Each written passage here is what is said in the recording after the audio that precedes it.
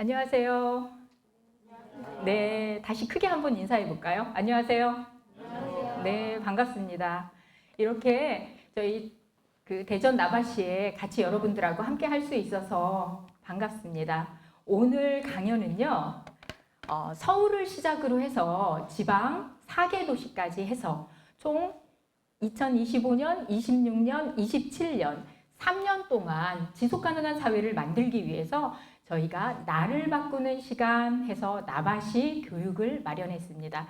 저희 나바시 교육은요, 난임 전문의 선생님, 그리고 정신건강의학과 전문의 선생님, 그리고 난임을 극복한 난임 멘토의 강연으로 여러분들하고 함께 할 건데요. 그 첫 시간으로 우리 대전 서울여성병원의 정병준 원장님의 난임 강의가 시작되겠습니다. 자, 와주십시오.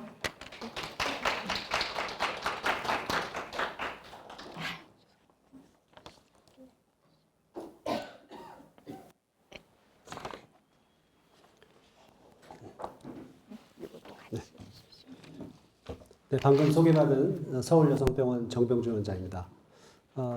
병원에서 뵌 얼굴은 제가 기억을 못하겠어요. 다 마스크를 많이 끼고 그래서 이곳에서 여러분들과 함께해서 또 난임에 대한 그 전문적인 지식을 여러분들한테 알려주는 것은 조금 주제 넘는 거고 또 그것보다는 이제 좀 최근 트렌드하고 정말 이곳에서 정말 난임을 극복하기 위해서 노력하는 분들이 있다고 그러면 어떤 치료 방법이 있을까 그런 거에 대해서 조금 간단히 알아보는 시간을 갖겠습니다.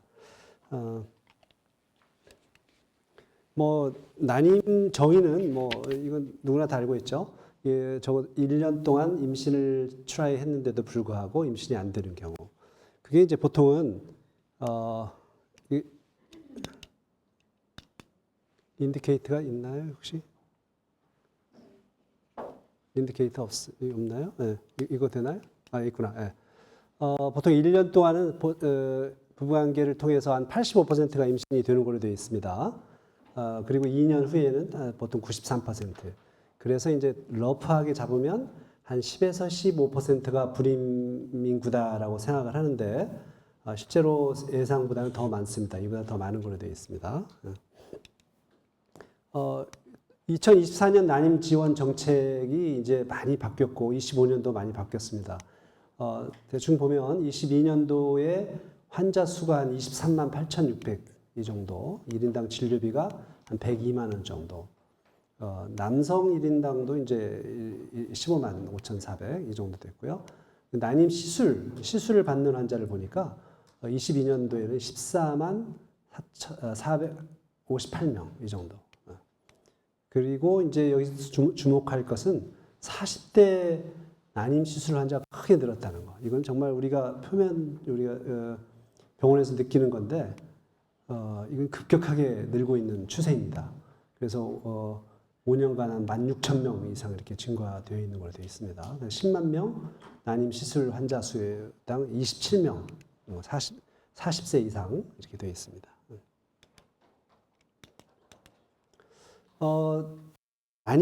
난임에 있어서 보통은 이제 두 부부 간의 문제점을 찾기 위해서 이제 오는데, 보통은 여성들이 먼저 와서 자기가 무슨 문제가 있는지를 먼저 보고 괜찮으면 남편 검사를 하겠다 이렇게 말하는데, 진짜 이걸 보면 남성 원인이 한 35%예요. 그리고 여성 원인이 한 40%, 나머지가 이제 두 분의 문제 또는 원인 불명 이렇게 되어 있기 때문에 이 35%라는 굉장히 많은 원인이 있어서 두 분이 같이 검사를 하는 게 좋죠. 특히 여성의 검사는 많죠. 이것저것 생리 주기에 따라서 많고. 근데 남성들은 정액 검사만 하면 보통은 35%가 해결되고 가니까, 그래서 가장 먼저 해야 될 게 사실은 남성 정액 검사를 먼저 해야겠다. 그리고 난임의 원인을 간단히 보겠습니다. 자세한 거는 이제 뒤에 사진을 좀 보겠지만, 난관, 남성 원인, 배란 이상, 자궁 이상, 면역 질환. 요즘 면역 질환이 상당히 많습니다. 내분비 질환, 그리고 유전학적 이상, 자궁 내막증 이렇게 되어 있는데, 요즘에는 말이죠. 요즘에 여기 보세요. 난소 기능 저하가 27%, 저희 병원 수치예요. 27%. 이 난소 기능 저하 플러스 기타 등등의 이제 그 질환을 가지고 있는 걸 합치니까 이게 이제 17%. 이 두 가지가 적어도 44%는 난소 기능 저하. 너무도 많은 환자들이 난소 기능 저하를 갖고 있습니다. 그래서 도대체 이 난소 기능 저하가 뭐냐 추후에 설명드리겠습니다. 자, 이거 초음파를 보니까 이거 보세요. 이게 검은색 그 리니어하게 동그랗게 이렇게 보이는 시스트가 있어요. 혹 같은 게 이게 그래서 나팔관 촬영을 하니까 이 우측에 곤봉 모양의 나팔관이 이렇게 부풀어 있죠. 그래서 이걸 갖다가 이제 실제로 복강경을 통해서 보니까 이렇게 커져 수정이 되는 걸 볼 수 있습니다. 자, 이 난관 수정이 왜 문제일까? 보통은 나팔관에서 정자와 난자가 만나죠. 나팔관에서. 자, 그러면 예를 들어서 이쪽 정상인 나팔관에서 이제 부부관계를 통해서 여기서 정자와 난자가 만나서 수정을 해서 좀 한 3, 4일 있다가 한 5일 정도 있다가 자궁으로 뚝 떨어져서 여기서 착상을 하려고 하는데 요 고여있는 난관에 고여있는 이 물이 이쪽으로 메디아이죠. 물보다는 이제 어떤 나팔관에서 정자와 난자가 수정된 배아를 키우기 위한 영양물인데 이게 오래되면 썩잖아요. 쉽게 말하면. 그래서 이렇게 해서 자궁으로 쑥 떨어져요. 이게 물이 이쪽으로. 그러면 정자와 난자가 착상을 하려고 했는데 이게 어떻게 되겠어요? 조성이 바뀌고 또 흘러내리게 되는 경우죠. 그래서 난관 수정이 있을 때는 착상률이 거의 30% 이상 떨어지는 걸 있습니다. 자, 이거는 이제 그 자궁경을 통해서 자궁을 봤는데 여기 지금 막 같은 게 있잖아요. 이 막. 이걸 다 septum이라고 그러면 septum. 자, 이게 막이 있으면 착상이 잘 안 돼요. 이쪽 부에 착상이 일어나야 되는데 착상이 안 되고 이거는 이제 나팔관 촬영을 했는데 요 두 가지 길로 가고 있죠. 이 두 가지. 이게 자궁이 2개 있는 경우. 자궁 기형, 자궁 2개 있는 경우. 이런 자궁의 기형의 문제도 있다. 자, 자궁 내막증도 들어봤을 거예요. 자궁 내막증은 도대체 자궁 내막증이 어디에 있다고 생각하세요? 자궁에 있어요? 아니면 난소에 있어요? 난소에 있어요. 근데 왜 자궁 내막증이라고 그럴까요? 난소에 있음에도 불구하고 이 자궁 내막증이라고. 왜냐하면 보통의 생리를 하면 자궁 내막에 있는 세포들이 다 떨어지는 걸 생리라고 그래요. 자궁 내막 세포들이 떨어지는 걸 생리라고 그러는데 그게 나팔관을 타고 뱃속으로 많이들 갑니다. 90% 이상은 생리 2, 3일째 사실 복강경으로 딱 뱃속을 보면 생리혈이 자궁 뒤쪽에 고여 있어요. 그렇지만 그거는 자기 자리가 아니니까 시간이 되면 다 없어지게 돼 있어요. 말라서 없어지게 돼 있어요. 그런데 이런 자궁 내막증 세포들은 자기 자리가 아닌데도 불구하고 어떤 원인에 의해서 다른 쪽에서 증식하게 돼 있어요. 그게 주로 증식하는 곳이 나팔관, 난소, 또 자궁 천골인대, 다음에 나팔관 쪽, 또는 장, 복막 그런 쪽에서 이게 증식을 하게 돼 있어요. 근데 이게 특징이 뭐냐면 생리를 하면 할수록 이 세포들은 더 활성화가 일어나는 걸로 돼 있어요. 생리를 하면 할수록. 그래서 만약에 그렇다면 생리를 안 하면 어떻게 돼 있어요? 이 세포들은 사실은 폐경이 되면 이 질환은 없어져요. 폐경이 돼 있는 상태라면 질환이 있을 수가 없어요. 그런데 생리를 계속 하니까 이 세포들이 생리 때마다 활성화가 되고 그래서 이 혹까지 형성하게 되어 있죠. 그러니까 난소에 이만큼을 먹어 들어간 거죠. 그러면 이런 혹이 그러면 암으로 될 확률이 있느냐? 물론 있겠죠. 있어요. 보통은 한 2% 미만 쪽에서 암으로 갈 수도 있다. 대부분이 이제 양성 질환인데도 불구하고 이거는 불임과 연관이 되어 있죠. 왜냐하면 이러한 세포, 이러한 요 색깔이 막 쇳물 같은 것들이 자궁 내에 다 퍼져 있어요. 그러면 유착을 일으키게 돼요. 그리고 또 하나는 정자와 난자와의 퀄리티를 떨어뜨리고 또 수정된 배아의 퀄리티를 떨어뜨리고 그래서 불임을 유발시킬 수 있다. 이게 굉장히 자궁 내막증이 골치 아픈 질환 중에 하나예요. 왜냐하면 생리를 계속 할 수밖에 없는 구조이기 때문에 그렇다면 이거를 떼어내면 어떨까? 요거를 수술하면 예전에는 수술을 했어요. 그런데 이 난소 이막구미 없어지면 어떻게 됐어요? 난소 기능이 확 떨어지잖아요. 그럼 임신율을 보장할 수 없죠. 그래서 보통은 이제 이 수술은 최후의 수단으로 한다. 그래서 이렇게 있을 때 임신이 안 되는 경우는 체외 수정을 통해서 빨리 임신을 하고 또 하나는 이제 좀 시간적인 여유가 있다면 알코올 경화술 같은 것도 있죠. 이걸 다 빼내고 알코올로 씻어내고 또 그래서 이 세포들을 좀 죽이는 그래서 재발을 좀 억제시킨다. 그것도 재발할 수 있지만 비침습적 시술 중에서는 그런 알코올 경화술 같은 것도 있다. 네. 자, 뭐 근종이야 뭐 다 알고 있죠. 근종은 이런 밖으로 나와 있는 근종은 임신하는데 별 영향을 미치지 않는다. 그러나 이 점막하 여기에 자궁 속에 착상하는 부위에 있는 이러한 근종은 이거 당연히 임신을 못하게 만들죠. 그리고 생리혈을 굉장히 많이 유발시키고 그래서 이거는 제거를 해야겠다. 바로 자궁경으로 제거가 충분히 가능합니다.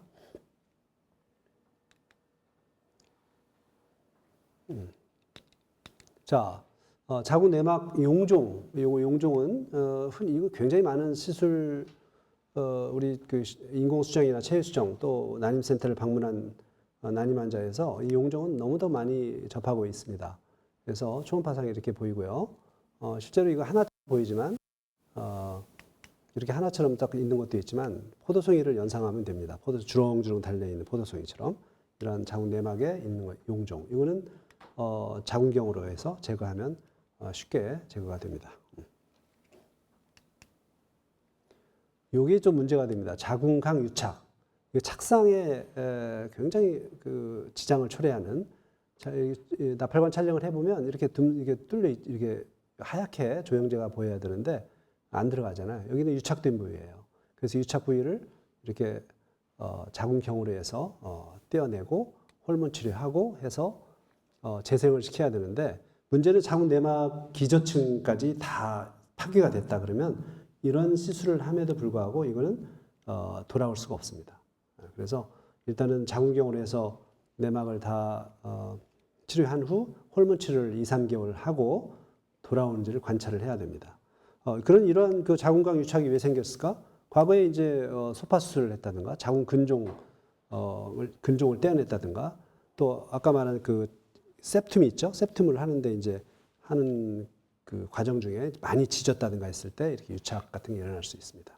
그리고 과거에 결핵 앓았던 환자 이런 데서 생길 수가 있습니다. 자, 왜 여성이 나이가 많을수록 임신율이 감소할까? 나이가 많으면 당연히 임신율이 감소하고 유산율은 증가하는 걸로 되어 있죠. 그거는 나이 먹을수록 남포의 개수가 줄어든다. 그렇죠? 남포의 개수가 줄어들고 또 하나는 이 정자와 난자와 만나서 이제 염색체가 리컴비네이션 하는 과정 중에 이렇게 적도판에서 분리가 이렇게 일어나잖아요. 근데 그게 분리가 잘 안 되면 한 쌍씩 묻어 들어갑니다. 그래서 염색체가 하나씩 더 많아지는 그래서 유산이 일어나는 걸로 되어 있습니다. 임신 이걸 이제 보면은요. 자인 임신도 30세 미만 30에서 34세 뭐 39세까지 40세에 보면 당연히 이렇게 떨어지게 돼 있죠. 인공수정을 해도 증가되면 떨어지고 시험관하게 해도 나이 30세 미만에서는 54%, 40세 이상에서는 이렇게 10% 미만으로 떨어지는 걸로 되어 있습니다. 저희 병원 이제 23년 임신율 통계를 보면 저희 병원도 이러한 추세에 똑같이 되어 있습니다. 임신율 인공수정에서 보면 임신율이 나이 먹을수록 이렇게 떨어져요. 42세 이상 인공수정에서는 0%입니다. 0%. 그리고 시험관하기 프레쉬 신선 배아 주기에서 보면 30세 미만에서는 뭐 46, 60% 이렇게 거의 50% 가까이 되다가 떨어져서 45세 이상, 46세 이상은 0% 이렇게 되어 있습니다. 이것도 이제 이거는 냉동 배아 프로그램이죠. 냉동 배아 프로그램에서도 나이가 젊을수록 역시 착상률이 증가되고 떨어질수록 나이가 많을수록 떨어질 수밖에 없는 이런. 네. 자, 그런데 이제 요즘 와서 인공수정과 그 시험관하기의 구별을 잘 못하시는 분들이 있어요. 인공수정이라 하면 밖에서 우리말로는 수정이라고 하니까 정자와 한자를 수정시켜서 넣어주는 것 같이 들리잖아요. 그런데 인공수정은 정자를 처리해서 가장 운동성이 좋은 정자들을 다 회수해서 조그마한 카테테를 이용해서 자궁 속에 넣어주는 거. 이게 인공수정이에요. 그러니까 인공수정은 몸에 별로 이렇게 통증이라든가 그 여성들에 있어서 이렇게 그 몸에 많은 부담이 없어요. 이건 인공수정은. 근데 체외수정이라는 것은 말 그대로 밖에서 수정시키잖아요. 그러니까 난자를 많이 키워서 난자를 뽑아서 밖에서 정자와 수정시켜서 인큐베이터 내에서 좋은 메디아에서 3일, 4일, 5일 이렇게 키워서 넣어주는 걸 다 시험관하기를 한다. 근데 시험관하기 중에서도 수정 방법을 뭘로 시키느냐? 그냥 고식적인 방법으로 수정시키는 거. 이러한 티슈에다가 난자를 넣고 일정한 정자를 여기다 배분해서 넣으면 지들이 알아서 수정하게 하는 거. 이게 이제 고식적인 방법의 시험관하기 시술이고, 이거는 이제 미세 수정이라고 그러죠. 미세 수정. 예를 들어서 정자의 운동성이 떨어졌다든가, 모양이 이상하다든가, 또 난자의 막이 두껍다든가, 난자가 개수가 너무 적게 나왔을 때, 이건 수정을 시켜주는 게 낫겠죠. 그래서 이런 현미경으로 정자 한 마리씩 운동성이 좋은 거, 그 모양이 괜찮은 것들을 골라서 난자에 찔러 넣어주는 이걸 갖다가 익시 미세 수정이라고 해요. 미세 수정. 이렇게 해서 인공 수정과 체외 수정을 구별하는 방법입니다. 네.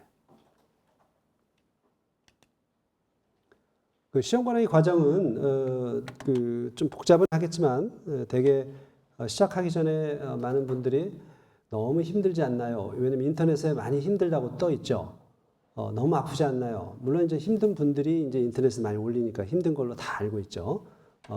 근데 가장 힘든 사실 난자 채취할 때 바늘로 채취하니까 찔러서 이렇게 뽑아야 되잖아요. 그러니까 아프긴 아프죠. 그래서 수면 마취를 하는 병원들이 많고, 근데 이제 그보다 더 중요한 것은 이제 시험관하기를 할 때 그 기대감이 있잖아요. 기대감이 있는데 과연 임신이 안 됐을 때 그런 좌절감, 그런 것들이 더 큰 걸로 되어 있습니다. 그래서 정신적인 이런 서포트가 없으면 상당히 그 여성 혼자서 극복하기라는 것은 어려운 게 사실은 시험관하기 과정입니다. 그래서 이 보통 난자를 키우는 기간은 보통 8일에서 9일 주사를 맞으면 난포는 다 자라요. 그러면 이틀 후에 난자를 뽑는 날 남편 정자랑 수정시켜서 좋은 메디아에서 인큐베이터에서 키워서 가장 좋은 배아를 35세 미만에서는 2개까지 넣을 수 있어요. 35세 이상은 3개까지 넣을 수 있는데, 이제 5일까지 키운 배아는 하나 넣기 위해서 넣는 건데, 35세 이상은 이제 하나가 좋다면 하나만 넣을 수 있지만, 조금 안 좋은 배아가 같이 있으면 2개까지 넣을 수 있습니다. 그런데 대개 5일까지 키우는 거는 요즘 사실 추세예요. 전 세계적인 추세. 왜냐하면 쌍둥이를 제가 이제 초기에 이제 2000년 초반만 하더라도 또 레지던트 과정, 펠로우 과정을 통해서 그때는 쌍둥이 어때요 하면 제가 보는 우리 환자분들에서 90% 이상은 좋아요 그랬어요. 저 쌍둥이 너무 좋아요. 요즘에는 안 그래요. 요즘에는 쌍둥이 글쎄요 너무 힘들어요. 그리고 하나만 넣어주세요 하는 분들이 굉장히 많아요. 그럴 때는 어떻게 하겠어요? 3일이나 4일 키운 배아를 하나 넣으면 임신율이 훅 떨어져요.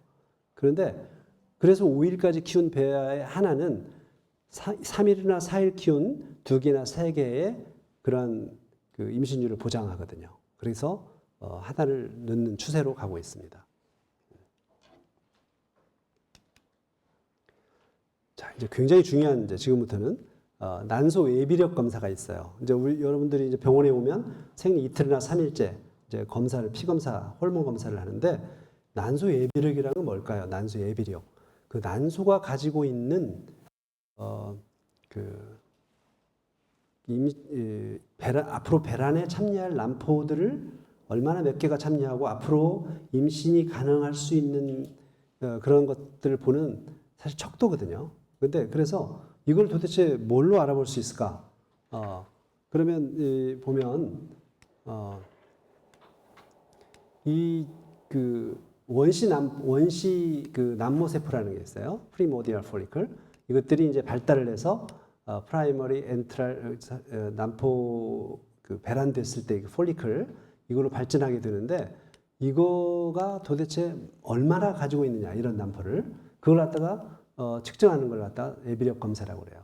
근데 이런 난소의 기능이 떨어지는 주 원인들이 뭘까? 난소의 기능이 여기 보면 나이가 가장 중요하겠죠. 나이 먹으면 자연적으로 그 관임막 세포들이 줄어드니까 당연히 뭐 떨어질 수밖에 없죠. 그런데 이제 그 이외에 담배 피우는 거 그리고 방사선 치료 또는 그 항암 치료 이런 분들 또 난소 수술하신 분들 아까 자궁 내막증이 있다고 해서 바로 막 수술한다? 그러면 당연히 떨어질 수밖에 없어요. 그리고 이제 가족력이 있는 분들 이렇게 되어 있습니다. 그러면 여기에도 해당이 안 되면 뭐가 있을까요? 여기에 보통은 이제 스트레스가 또 원인이 있죠. 스트레스. 근데 스트레스는 사실은 사람마다 너무 다르니까 그걸 어떻게 객관적으로 평가해서 얼마 이상은 뭐 이게 떨어지더라 이렇게 할 수는 없는 거지 않겠어요? 또 스트레스를 이겨내는 그런 그 개인차가 너무 다르기 때문에 자 그래서 이 마커를 보면 AMH 나중에 또 자세히 설명드릴게요. 남포 자극 호르몬 FSH, 황체 형성 호르몬, 여성 호르몬 이것들을 통해서 이거는 마커들을 내비력을 예측할 수 있어요. 그리고 초음파를 이틀이나 3일째 보잖아요. 생리 이틀이나 3일째 보는 경우에는 그 동남포라고 엔트랄 폴리클 요것의 숫자가 많을수록 난소 기능은 좋다고 보는 거예요. 그렇게 그래서 이 난소 나이와 AMH와 동남포 숫자를 같이 코릴레이션십을 해서 보면 굉장히 정확한 난소 기능을 예측할 수 있다. 그러면 황밀로간 호르몬 AMH가 도대체 뭘까? 이거는 난소의 과림막 세포, 아까 전동남포, 동남포, 엔트랄 폴리클이고 있죠. 이러한 단계에서 분비되는데 보통 이게 여기서 한 거의 60에서 70% 이상 분비가 돼요. 그렇기 때문에 굉장히 중요한 거고 이거는 나이에 따라서 이건 줄 수밖에 없다. 나이에 따라서 점점 주는데 과연 급격하게 떨어지느냐 아니면 나이에 따라서 서서히 떨어지느냐 이 차이겠죠. 자, 이 검사는 생리 주기 언제든지 검사할 수 있다. 보통 아까 FSH, LH, E2 이런 것들은 생리 이틀이나 3일째 보는 검사인데 이 AMH는 언제든지 검사할 수 있다. 그래서 남아있는 난소 기능을 나타내주는 지표가 AMH다. 자, 어디로 갔죠? 죄송합니다. 자, AMH는 그럼 언제 사용하나? 이거는 남아있는 난소 기능을 알고 싶을 때, 내 나이가, 난소 나이가 얼마나 되죠? 앞으로 폐경까지는 언제까지죠? 이렇게 알 수 있는 거예요, 이거. 그리고 체외 수정할 때, 우리가 이제 약을 이제 어느 정도 용량을 써야겠다 할 때, 요걸 보고 이게 많이 난소 나이가 너무 앞서가 있다 그러면 좀 많은 용량을 써야겠죠. 뭐 이런 것들을 예측할 수 있고. 또 난소 수술을 해야 되겠다. 했는데 하기 전에 이 현재 나이 난소 나이하고 하고 나서 얼마나 떨어졌나 이걸 또 봐야겠죠. 그래서 대책을 세워야 되기 때문에 그래서 수술 전후의 난소 기능을 보고 싶다. 또 폐경이 얼마나 가까워졌는지 알아볼 때 이 AMH 그래서 이 AMH는 요즘에는 각 지자체에서 무료로 할 수 있는 프로그램이 있죠. 그래서 이걸 적극적으로 여러분 활용해서 검사를 1년에 한 번씩은 받을 수 있다. 한 번은 무료로 받고 나머지는 1년에 한 번씩 받는 것은 보험이 되니까 그렇게 저항력은 없을 겁니다. 네. 자, 이 예를 보면 이분이 이제 만 32살이거든요. 난소 나이 보니까 2.5일이어서 2.5일을 보니까 우리나라 여성 나이로 보면 31세. 이건 딱 본인 나이하고 비슷하죠. 이거는 뭐 아주 그냥 정상적인 반군이다 이렇게 해석을 해요. 다음에 여기는 뭐 16.2예요. 이 본 나이가 30 있는데 이렇게 높게 나왔어요. 그러면 이게 난소 나이가 얼마로 보여요? 20세로 돼 있죠. 근데 내 나이 너무 좋아. 24, 뭐 아주 좋아할 수 있는데 이분이 왜 그럼 병원에 왔겠어요? 배란이 안 돼서 왔어요. 배란이 안 돼서 임신이 안 돼서 왔거든요. 그러니까 이 난소 나이가 너무 차이 나도 이거는 문제가 있다. 특히 다낭성 난소 증후군에서 이렇게 전형적으로 이렇게 높게 나타납니다. 그래서 높다고 다 좋은 게 아니다. 이게 문제예요, 이게. 이분 나이가 지금 36대, 35, 6? 근데 0.09예요. 그러면 이거 어떻게 나왔어요? 50에 가까워요, 50. 이제 36인데 난소 나이가 50이다. 어떻게 했어요, 여러분들? 본인이 굉장히 좌절감이 있겠죠. 실제로 이분이 왜 왔느냐? 임신이 안 돼서 왔죠. 그래서 이거는 반응 저하군이라고 그래요. 반응 저하군. 임신율이 굉장히 떨어져 있죠. 자, 한번 질문을 한번 해보겠습니다. AMH, 아까 AMH가 난소 나이를 보는 거죠. AMH로 임신 가능성을 판단할 수 있다? 왜 그렇게 생각하세요? 저는 AMH가 좀 높은 편이고 다낭성은 아니고 남포는 많이 나오는데 나이가 많거든요. AMH군의 임신 가능성을 저의 차수로 봐서는 전혀 판단할 수가 없었어요. 그렇죠. 임신 가능성을 그냥 예측은 좋으면 그래 그러니까 본 나이하고 맞다 또는 그 이상이다 그러면 임신은 잘 되겠군요 이렇게 말할 수 있죠. 가능성을 판단을 할 수 있지만 이게 임신 가능성을 100% 개런티를 못한다. 왜냐 임신이라는 것은 뭐 난소 나이만 갖고 판단되나요? 아니잖아요. 자궁 내막도 있고 기타 여러 가지 상황들이 있기 때문에 이거 하나로 판단할 수는 없다. 그러나 적어도 이게 많이 떨어지지 않고 정상 나이 범위에 있다 그러면 이거는 뭐 임신 잘 되겠군요. 이렇게 우리가 그냥 생각을 할 수 있죠. AMH가 낮을 경우에 난임을 의미한다? 또 다른 분 아니라고 그랬어요. 자, AMH가 낮다. 아까 설령 0.09라도 이분은 한 달에 한 번 생리를 하잖아요. 자, 생리를 한다는 것은 적어도 하나의 남포가 자라서 배란이 된다는 거잖아요. 그러니까 배란이 된 그 남포로 임신을 할 수 있어요. 충분히 임신할 수 있어요. 근데 난임센터에 오신 분들은 그렇게 노력해서 안 되기 때문에 온 거니까 이제 우리 난임센터에 온 분들에 한해서 본다 그러면 이게 낮은 경우는 뭐 난임을 의미하지는 않지만 임신율이 굉장히 떨어졌다라고 생각은 하죠. 그러나 난임을 의미하지는 않아요. 높을 경우 임신 확률이 높은가? 이것도 아니죠. 아까 말한 대로 다낭성 난소 증후군. 이거는 AMH가 이렇게 높은데도 불구하고 임신이 잘 안 될 수가 있어요. 그래서 자, 그런데 이제 이 난소 나이가 많이 먹고 즉 난소의 그 리저브가 감소가 돼 있다. 그 임신이 안 된다. 그러면 대책이 뭡니까 도대체? 시험 관하기를 해도 실제로 난포 개수가 2개, 3개, 많아야 4개, 아니면 겨우 하나 나온 거 뽑아서 수정시켜서 냉동시켜 놓고 뭐 이런 것을 계속 반복을 해야 되는데 자, 그러면 이 AMH가 낮을 때 높일 수 있는 방법은 없을까? 이게 사실은 과제예요. 아까 저희 병원에 난소 기능 저하, 그게 한 44% 분들이 있다고 그랬죠. 44%.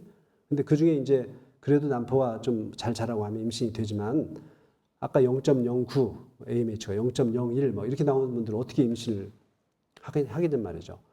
10번, 11번 시도한 분들도 있어요. 근데 안 돼요.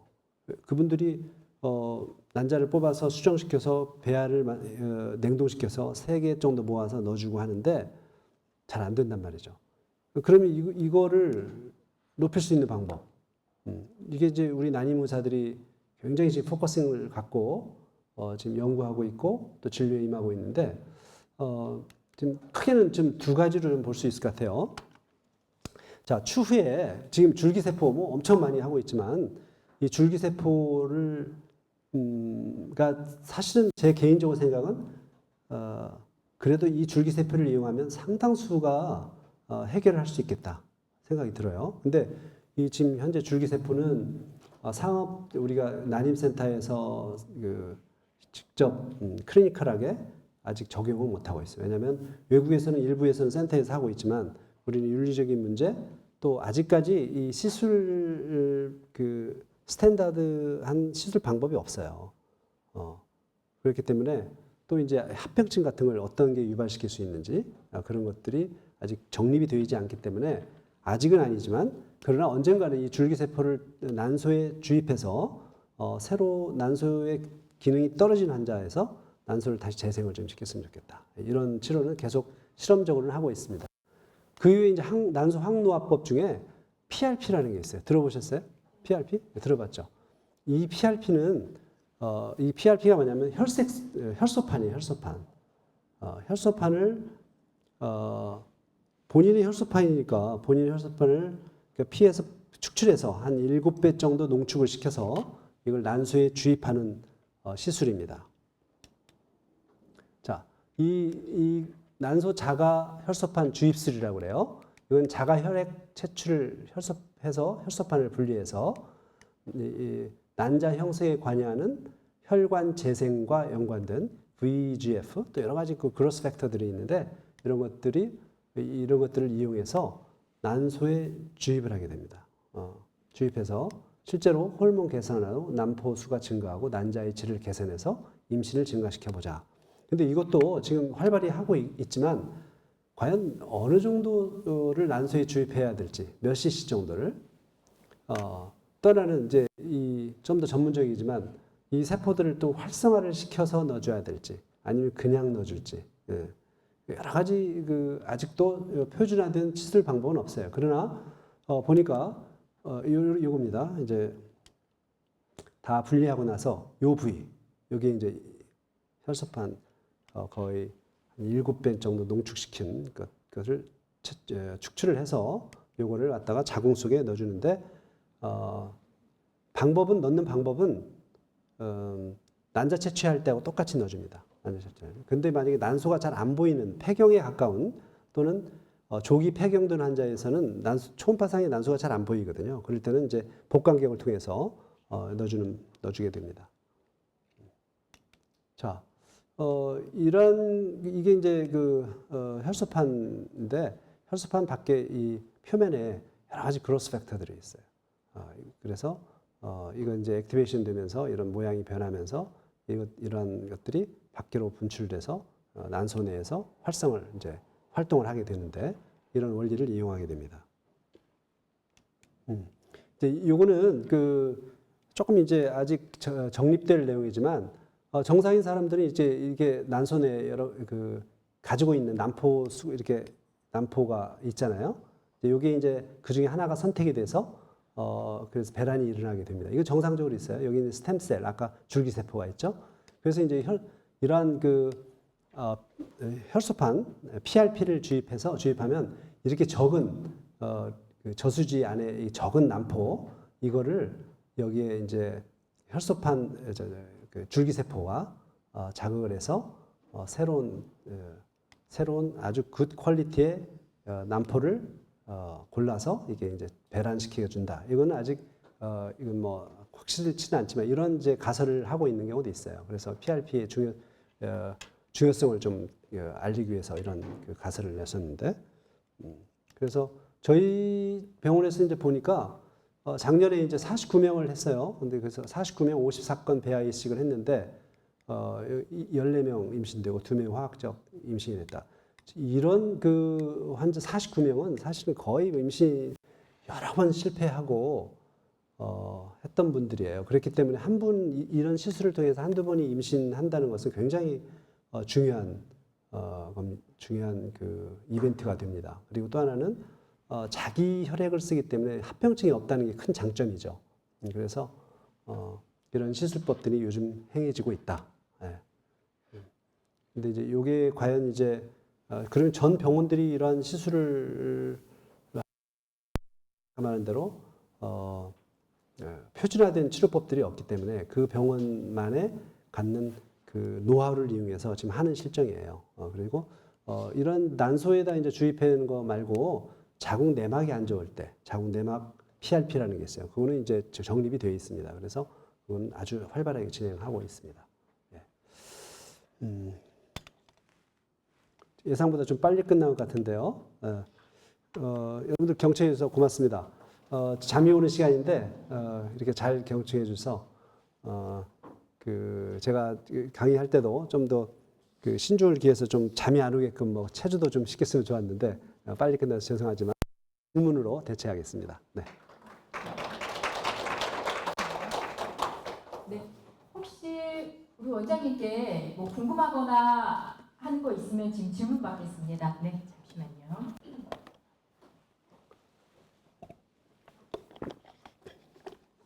안녕하세요. 저는 아까 말씀드렸듯이 나이에 비해서 AMH가 출력 높은 편인데 다낭성은 아니에요. 그리고 남포는 채취를 하게 되면은 한 20개 가량, 20개에서 23개 가량 나오고 오일배화도 잘 나오고 그런 편인데 아까 난소 PRP에 대해서 보니까 사실 남포는 잘 나오는데 난자질이 크게 좋지는 않아서 오일배화가 6-7개 나와도 PGT가 통과가 되는 배화가 없어요. 네, 그래서 혹시 난소 PRP를 제가 하게 되면 난자질이 좀 더 높아져서 그 방법은 어떨까 이제 갑자기 궁금해졌어요. 저한테 난소 PRP를 한 번도 제가 여러 군데 병원을 다니긴 했는데 난소 PRP를 권유해 주신 분은 없었거든요. 난소가 잘 나오니까. 그렇죠. 난자질이 좋아진다면 난자질이 잘 안 좋은 편이니까 난자질이 좋아진다면 난소 PRP도 괜찮을까 한번 싶어서 여쭤볼게요. 아주 좋은 질문입니다. 그래서 사실은 난자의 퀄리티를 증가시키기 위해서 이제 이 난소 PRP의 적응증을 제가 다 찾아봤어요. 근데 역시 난소 PRP의 적응증은 난소가 떨어져서 난포의 숫자가 적을 때 난자의 개수를 좀 증가시키기 위해서 하는 경우가 대부분이었어요. 단지 이제 코멘트에 추후에 난자의 퀄리티도 증가시킬 수 있는 그런 여지를 남겨두는데 그래서 이제 저희 환자도 배아 그레이딩이 다 해도 2.5등급이에요. 뭐 아주 좋은 것들이. 여러분들 알겠죠? 저희는 이제 4등급으로 구분하는데 3등급이 저희는 제일 맞아요. 1등급, 2등급, 2.5등급, 3등급. 그러니까 2.5등급이 굉장히 낮잖아요. 그래서 해봤는데 뭐 케이스가 많지 않아서 그런지 별로 이렇게 좋아지는 걸 못 느꼈어요. 그래서 아직까지는 이제 난소 PRP 자체가 난자의 퀄리티를 증가시키지는 못하지 않느냐. 그런데 아까 그 그림에 나온 그냥 하이포테시스인데 그게 이제 그 줄기세포를 자극해서 줄기세포가 좋은 난포를 형성하게끔 해서 하는 그런 이론이 정말 맞다 그러면 거기에 이제 걸려들긴 하겠죠. 그러나 아직까지는 그래서 그 이외에 다른 이제 여러 가지 그 항산화제 같은 거 그런 걸 통해서 뭐 증가시키는 거 또 약제를 변경시킨다든가 또 난자가 또 너무 많이 나올 때는 많이 나온다고 좋은 건 아니죠.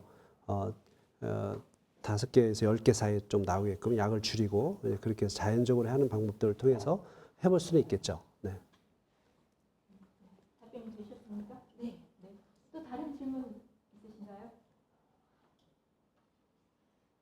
궁금하신 거? 뭐든지 예. 그러면은 저희가 이제 먼저 유선으로 저희가 지난번에 궁금한 거 말씀해달라고 제가 문자를 드렸으니까요. 잠깐만요.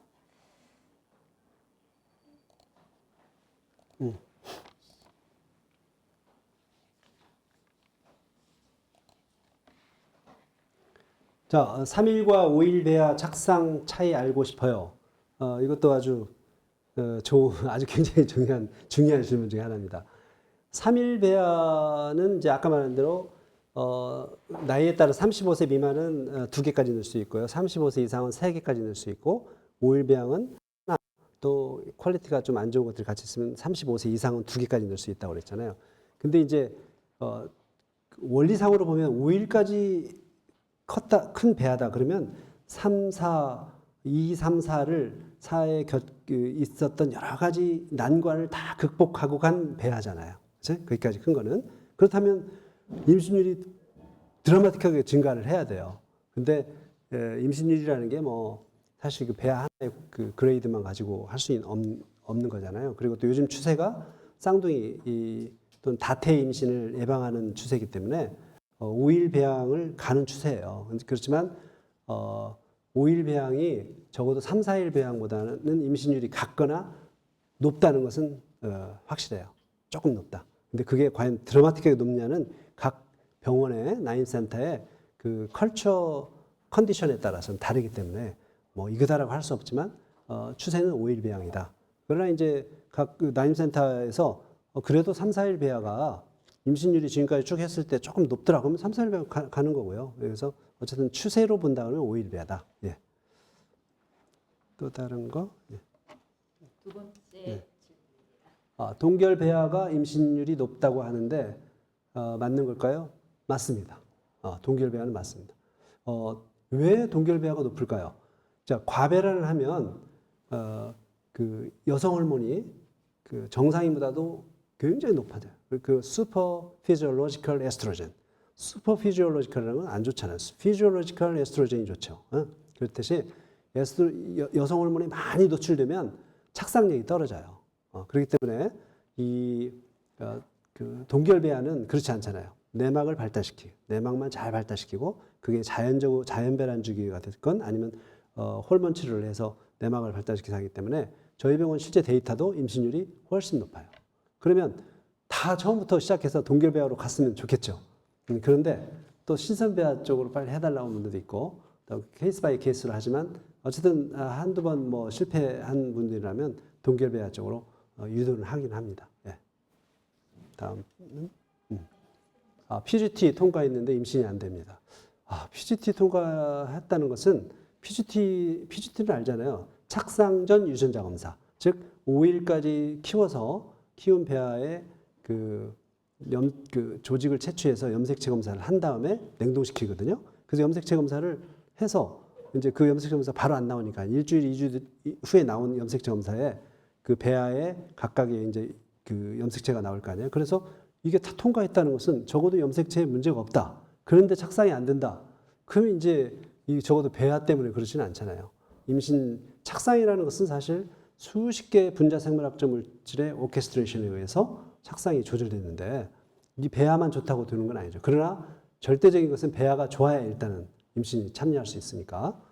그런데 통과되는데 안 된다 그러면 그 외에 다른. 그래서 이 착상이 안 되는 경우라면 일단은 뭐 그 반복 착상 실패에 대한 검사는 했겠지만 또 자궁 내막 자궁경을 통해서 내막의 착상 부위에 어떤 문제가 있는지를 꼭 확인해야 되고 그래서 그럼에도 불구하고 안 되는 분들이 있습니다. 다 10번 뭐 해서도 안 되는데 11번, 12번 해서 된 분들이 있기 때문에 사실은 기법하라 이렇게 말은 못 해요. 되는 분이 있으니까. 예. AMH 수치가 0점인 40대 여성입니다. 자연 임신이 어려울까요? 40대 여성인데 계속 임신이 안 됐다고 그러면 자연 임신이 상당히 어려운 상황은 확실합니다. 근데 이제 생리를 한다고 그러면 남포는 하나 분명히 자라서 배란이 됐기 때문에 그걸 이용해서 할 수 있죠. 근데 난소 나이가 0점이다 그러면 일단은 난자의 퀄리티도 많이 떨어져 있다고 봐야 돼요. 그렇기 때문에 자연적으로 임신을 시도한다는 것은 상당히 어렵지 않나 이런 생각을 합니다. 네. 아까 질을 높이는 방법, 지금까지 할 수 있는 것은 난소 PRP, 기타 이제 난소의 영양분을 공급해 주는 거 있죠. 그런데 그거 말고도 이제 최근 또 제가 관심을 있게 보는 것은 본인의 난소를 조직을 채취해서 그걸 갖다 그라인딩 시켜서 이렇게 그라인딩 하면 가지고 있는 엔트랄 그전 프라이머리 폴리클이라고 있는데 그 숫자를 그게 자랄 수 있는 그 메커니즘이 이제 발동을 해서 그걸 다시 난소에 넣어주면 난포수가 증가하는 그런 게 있어요. 근데 그런 시술법은 하는 건 참 쉬울 것 같은데 아직 우리나라 허가가 안 돼 있어요. 논문에서는 제가 지금 보고 언제든지 허가가 나면 할 수 있게끔 저는 해놓고 있는데 아무튼 그런 치료법도 있어요. 그러나 아직 우리나라에서 할 수 있는 가장 안전한 치료법은 난소 PRP. 그러나 난소 PRP도 사실은 그게 전부는 아니다. 거기서 다 임신이 되고 막 다 좋을 것 같으면 노벨 의학상감이에요. 그런데 맞는 환자가 있고 그렇지 못한 환자가 있다. 그러나 계속해서 안 된다 그러면 한번 트라이 해볼 수도 있다. 그러면 이게 한 번 하고 그러면 효과가 영원히 지속되느냐? 절대 그렇지 않아요. 보통 3, 4개월이 피크예요. 그 이후부터는 또 떨어져요. 왜냐하면 이거 혈액이니까. 그래서 그러면 다시 실수할 수 있다. 그러니까 계속해서 실수할 수 있는 장점은 있는데 롱텀 이펙트는 없고 한 3, 4개월 정도는 효과가 있다. 그때 임신을 집중력을 하고 또 이제 이 PRP 하고 나서 그냥 잊고 있는데 임신이 되는 사람도 있어요. 이제 이런 좋은 메커니즘이 발동을 했겠죠. 예. 네. 네, 저희가 Q&A 지금 설명 잘 들으셨을 것 같고요.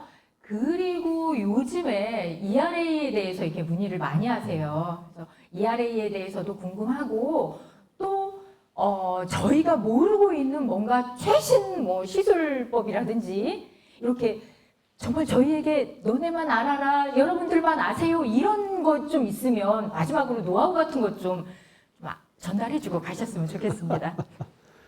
그런 방법이 있었으면 대전에서 저희가 환자를 다 먹겠죠. 노하우는 없고요. 노하우는 정말 없어요. 그냥 꾸준히 정성껏 진료하고 또 이제 어쨌든 이런 그 고난이도의 또 시술 같은 것을 계속 찾아보고 하는 노력들이 필요하고 그 ERA는 뭐 지금 언급할 필요 여러분 다 아시고 언급할 필요는 없지만 아직 과거 처음에는 ERA가 굉장히 아주 임신이 안 되는 반복 착상 실패에서 이거가 정말 핫한 인기를 가졌는데 추후 데이터가 쭉 나오는 거 보니까 별로 이렇게 효과가 없더라 이런 것들이 많이 나오고 있어요. 그래서 요즘에는 좀 수그라드는 추세는 있어요. 그러나 반복 착상 실패에서는 해봄직한 한데 비용도 비싸고 시간도 오래 걸리고 그래서 그걸 감안해서 해야겠죠. 네. 네, 네. 제가 PGT를 했는데 통배가 화요가 된 케이스예요. 그러면 이런 케이스도 ERA가 필요가 없어지나요? 그러니까 화유가 됐다는 거가 ERA하고는 별로 그렇게 연관성이 없는. 그러니까 ERA, 그러니까 우리말 ERA가 그렇죠? 우리말로 잘 기억이 갑자기 생각 안 나는데, 그렇죠? 근데 그거는 이제 착상이 안 되는 그 착상 윈도우, 착상 창이 있는데 그 착상 창을 맞춰주자 시간을 내서. 근데 그렇게 해서 하는 거기 때문에 임신은 됐잖아요. PGT에서 임신이 됐다는 것은 착상창이 맞았다는 거지. 맞았는데 그거를 끌고 갈 수 있는 어떤 그 중요한 어떤 그 포인트에서 뭔가 있었겠죠, 뭔가 문제가 그런 거지. ERA하고 PGT 통과한 거하고 임신 착상 실패한 거하고는 조금 그러니까 임신이 됐는데 떨어진 거하고는 좀 다른 문제인 것 같습니다. 네. 그럼 마지막으로 하나만 더 여쭤보겠습니다. 마지막에 지금 난소 기능 저하일 때 뭐 난소 질 높이는 방법 있는지 물어봤는데 우리 원장님께서 이렇게 뭐랄까 이거는 딱 좋다, 이거는 나쁘다. 저희는 그런 거를 실은 기대하잖아요. 예를 들어 질 올리려면 걷기 만보해. 그럼 정말 좋아져. 우리는 그런 걸 원한단 말이죠. 근데 우리 선생님들은 그런 걸 안 알려주세요. 그래서 정말로 예를 들면 난자질 개선을 위해서 이런 운동은 좀 꼭 해라. 제가 약을 실은 여쭤보고 싶은데 이게 조금 민감한 문제고 개인마다 차이가 다 있어서 약 말고 운동으로 좀 여쭤보고 싶습니다. 어떤 운동을 하면 난자질을 좀 개선할 수 있을까요? 근데 그거 혹시 다른 데서 알려주던가요? 다른 선생님이 알려주던가요? 오셔서 운동 뭐 하루에 60분, 1시간 이상, 2시간 운동하면 좋죠. 뭐 운동해야겠죠. 하죠. 운동해서 나쁠 게 어디 있겠어요. 운동을 하는 것은 그 면역학적인 면에서 굉장히 중요하죠. 그렇다면 사실 면역학적이라는 것은 착상 문제의 일환일 수도 있기 때문에 도움은 되죠. 근데 어떤 운동이 도움이 된다라고 딱 해서 논문에 나와서 그게 퍼블리시 되는 게 없잖아요. 그렇다면 저희도 마찬가지예요. 어차피 논문을 바탕으로 해야 하는 건데 단지 본인이 견딜 수 있는 조깅을 1시간 하는데 자기가 너무 몸이 좋다, 컨디션이 좋다. 좋죠. 근데 저는 1시간 하면 무릎이 엄청 아프거든요. 그렇다면 적어도 몸에 본인이 견딜 수 있는 운동, 그건 뭐든지 좋다고 생각해요. 근데 이제 이런 운동 있잖아요. 막 보디빌 근육 키우는 거. 근육 키우는 거는 그 여러 가지 운동 중에서는 이렇게 썩 좋은 건 아닌 것 같고 그 이외에 기타 운동들은 다 본인이 적응할 수 있다면 괜찮다고 생각합니다. 딱히 그런 거 없고, 네, 이상 그 정도예요. 비법이 있으면 제가 또 나중에라도 우리 정 팀장을 통해서 알려드리겠습니다. 네. 마지막으로 그러면 혹시 또 질문 있으실까요? 아, 네. 저는 자연주기로 이제 시도를 이제 선생님께서 이제 호르몬 주사 같은 걸 해주셨는데, 저는 운동을 원래 되게 즐기거든요. 수영을 굉장히 좋아하는데 막상 착상을 할 때에는 좀 자제하라고 하셔가지고 하던 운동도 이제 끊고 막 근데 이게 맞는 건지 조금 의문이 들어가지고. 네. 착상 시기에. 네네. 그래요. 우리가 이제 시험관리를 배아 이식을 했을 때 배아 이식을 하고 보통 2, 3일을 좀 안정하세요 이렇게 하잖아요. 병원에 그럴 거예요. 근데 이제 그게 한 10여 년 전, 거의 20년 됐군요. 논문이 있었어요. 그 배아 이식하고 바로 집에 가서 일상생활하고 배아 이식하고 한 4시간 누워 있다 일상생활하고 2, 3일 쉬었다고 이제 해서 임신율을 비교해 봤어요. 임신율이 똑같아요. 똑같아요. 그러니까 거기에 너무 연연하지 않는 게 좋고, 그러나 이제 그 이식하고 나서 막 물속에 들어가서 수영을 하고 하는 것들 자체가 이제 민감할 수도 있고 하니까 아마 그런 것 같아요. 근데 일상적인 생활에 있어서는 별 차이는 없다. 그러나 운동은 적어도 본인들이 꾸준히 하고 있는 운동 중에 있다면 이식하고 나서 2, 3일은 그래도 조금 안정을 취하는 게 어떤가 하는 게 저 개인적인 생각입니다. 네. 네, 더 질문 없으시면 여기서 마무리하겠습니다. 네, 정병준 원장님께 감사의 박수 부탁드립니다. 네, 감사합니다. 고맙습니다. 네, 이번 시간에는 건양대학교 정신건강의학과 임우영 교수님께서 난임 부부를 위한 소통과 마음 성장이라는 주제로 강연을 진행해 주시겠습니다. 교수님께 박수 부탁드립니다. 네, 안녕하세요. 네. 예, 소개 감사드리고요. 그럼 만나서 반갑습니다. 예. 다 대전에 계신 분들이세요? 아니에요? 세종에서? 저도 지금 세종에서 왔는데. 세종에 오늘 다른 행사가 있어가지고 갔다 왔는데. 그리고 멀리서 오신 분도 있어요? 거의 다 대전이시겠죠? 그렇죠? 네. 예전에 한번 대전 여기 위켄 센터 한 몇 년 전이지? 한 7년 전인가 한번 왔었던 것 같은데 그 이후로 한번 또 오게 되네요. 제가 아시다시피 갑자기 일정이 좀 바뀌었어요. 바뀌어가지고 세종에 좀 갔다 올 일이 있었는데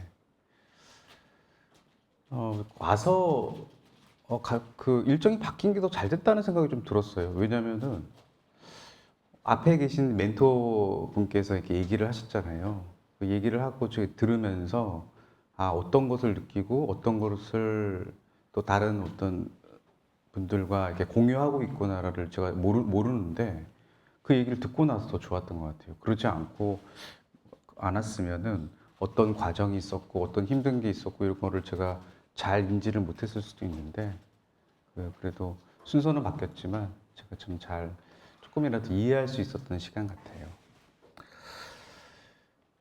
힘든 상황이다 보니까 제가 들어와서 뒤에 앉아 있는데 이유는 모르겠어요. 분위기가 많이 좀 다운돼 있어요, 사실은. 뭐 그렇지 않을래야 할 수 없겠는데 그래도 요게 마지막 강의잖아요. 강의 끝나고 좀 편안하게 돌아가셨으면 좋겠다는 생각이 좀 들고 또 금요일이니까. 요즘 대전 분들은 최근에는 좀 마음이 안 좋아요. 한때는 하나 이글스가 잘하다가 요즘은 거의 죽을 쓰고 있어가지고 열심히 보다가 저도 요즘 또 열받는다 하면서 안 보게 되고 있는 것 같아요. 저도 이제 건양대병원에서 근무하고 있고 다니시는 분이 있으실 수도 있고 아프신 분들 있을 수 있고 관저동에 있잖아요. 여기서 정신건강의학과를 근무하고 있고 건양대병원은 아무래도 이제 대전에 있는 그 인근에 여러 가지 병원들 커버하고 있고 또 이게 충남 서남 이쪽 서남이라 이쪽에 이렇게 보면 의료가 이렇게 많이 이렇게 발전이 안 돼 있어서 그쪽을 역할을 좀 많이 하고 있고요.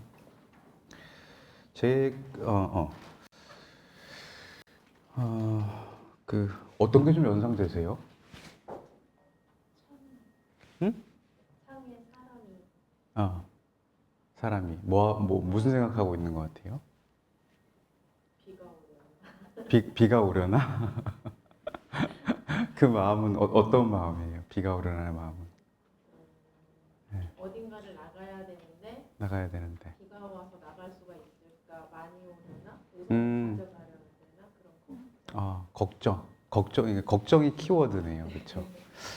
저도 뭐 강의할 때도 제가 일부러 볼 때는 없고 강의할 때 이제 보면은 그때마다 감정이 달라요. 근데 저는 약간 좀 그냥 주말이 앞두고 있어서 그런지 몰라도 그냥 저분이 좀 맑은 공기를 쐰다는 생각이 드는데 어떨 때는 저 사람 좀 담배 한 대 피우고 싶다는 막 그런 걸로 떠올 때가 있고 그때마다 다른 것 같아요. 그래서 지금 여러분들의 마음은 어떤 마음일지라고 그 마음 저기서 비치는 마음 그 저분의 생각 저 남자의 생각이 여러분들의 마음일 가능성이 좀 높아요.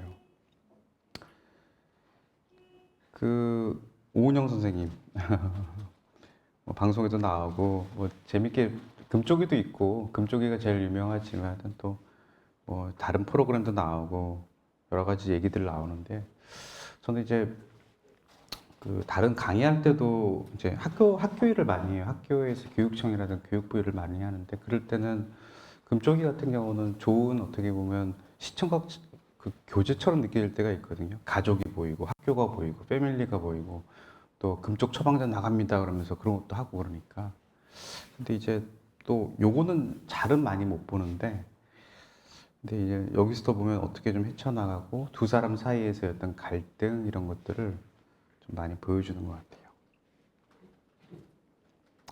같아요. 이거는 제가 이제 엄마 유튜브 생방송에서 올려도 괜찮을지 모르겠는데 예전에 한번 뭐 찍었던 거 들고 다니다가 최근에도 한번 찍었어요. 왜냐 너무 오래돼가지고 한번 찍었는데 제가 이 사진은 이분이 소아정신과 의사잖아요. 저도 이제 주 메인은 소아예요. 소아에서 이제 소아정신과는 정신과 의사가 되고 나서 2년간의 부가 수련을 해야지만 또 소아가 되는데 그래서 이제 뭐냐면 이제 패밀리를 많이 보게 되는 것 같고 물론 이제 아이가 좀 중심이 되는 패밀리의 역할은 있지만 그 외에도 성인들도 보고 부부들도 많이 오고 있어요. 그래서 제가 이제 오늘 강의를 이렇게 요청을 받았고 오면서 드는 생각이 과연 얼마나 공감할 수 있을까 하거든요.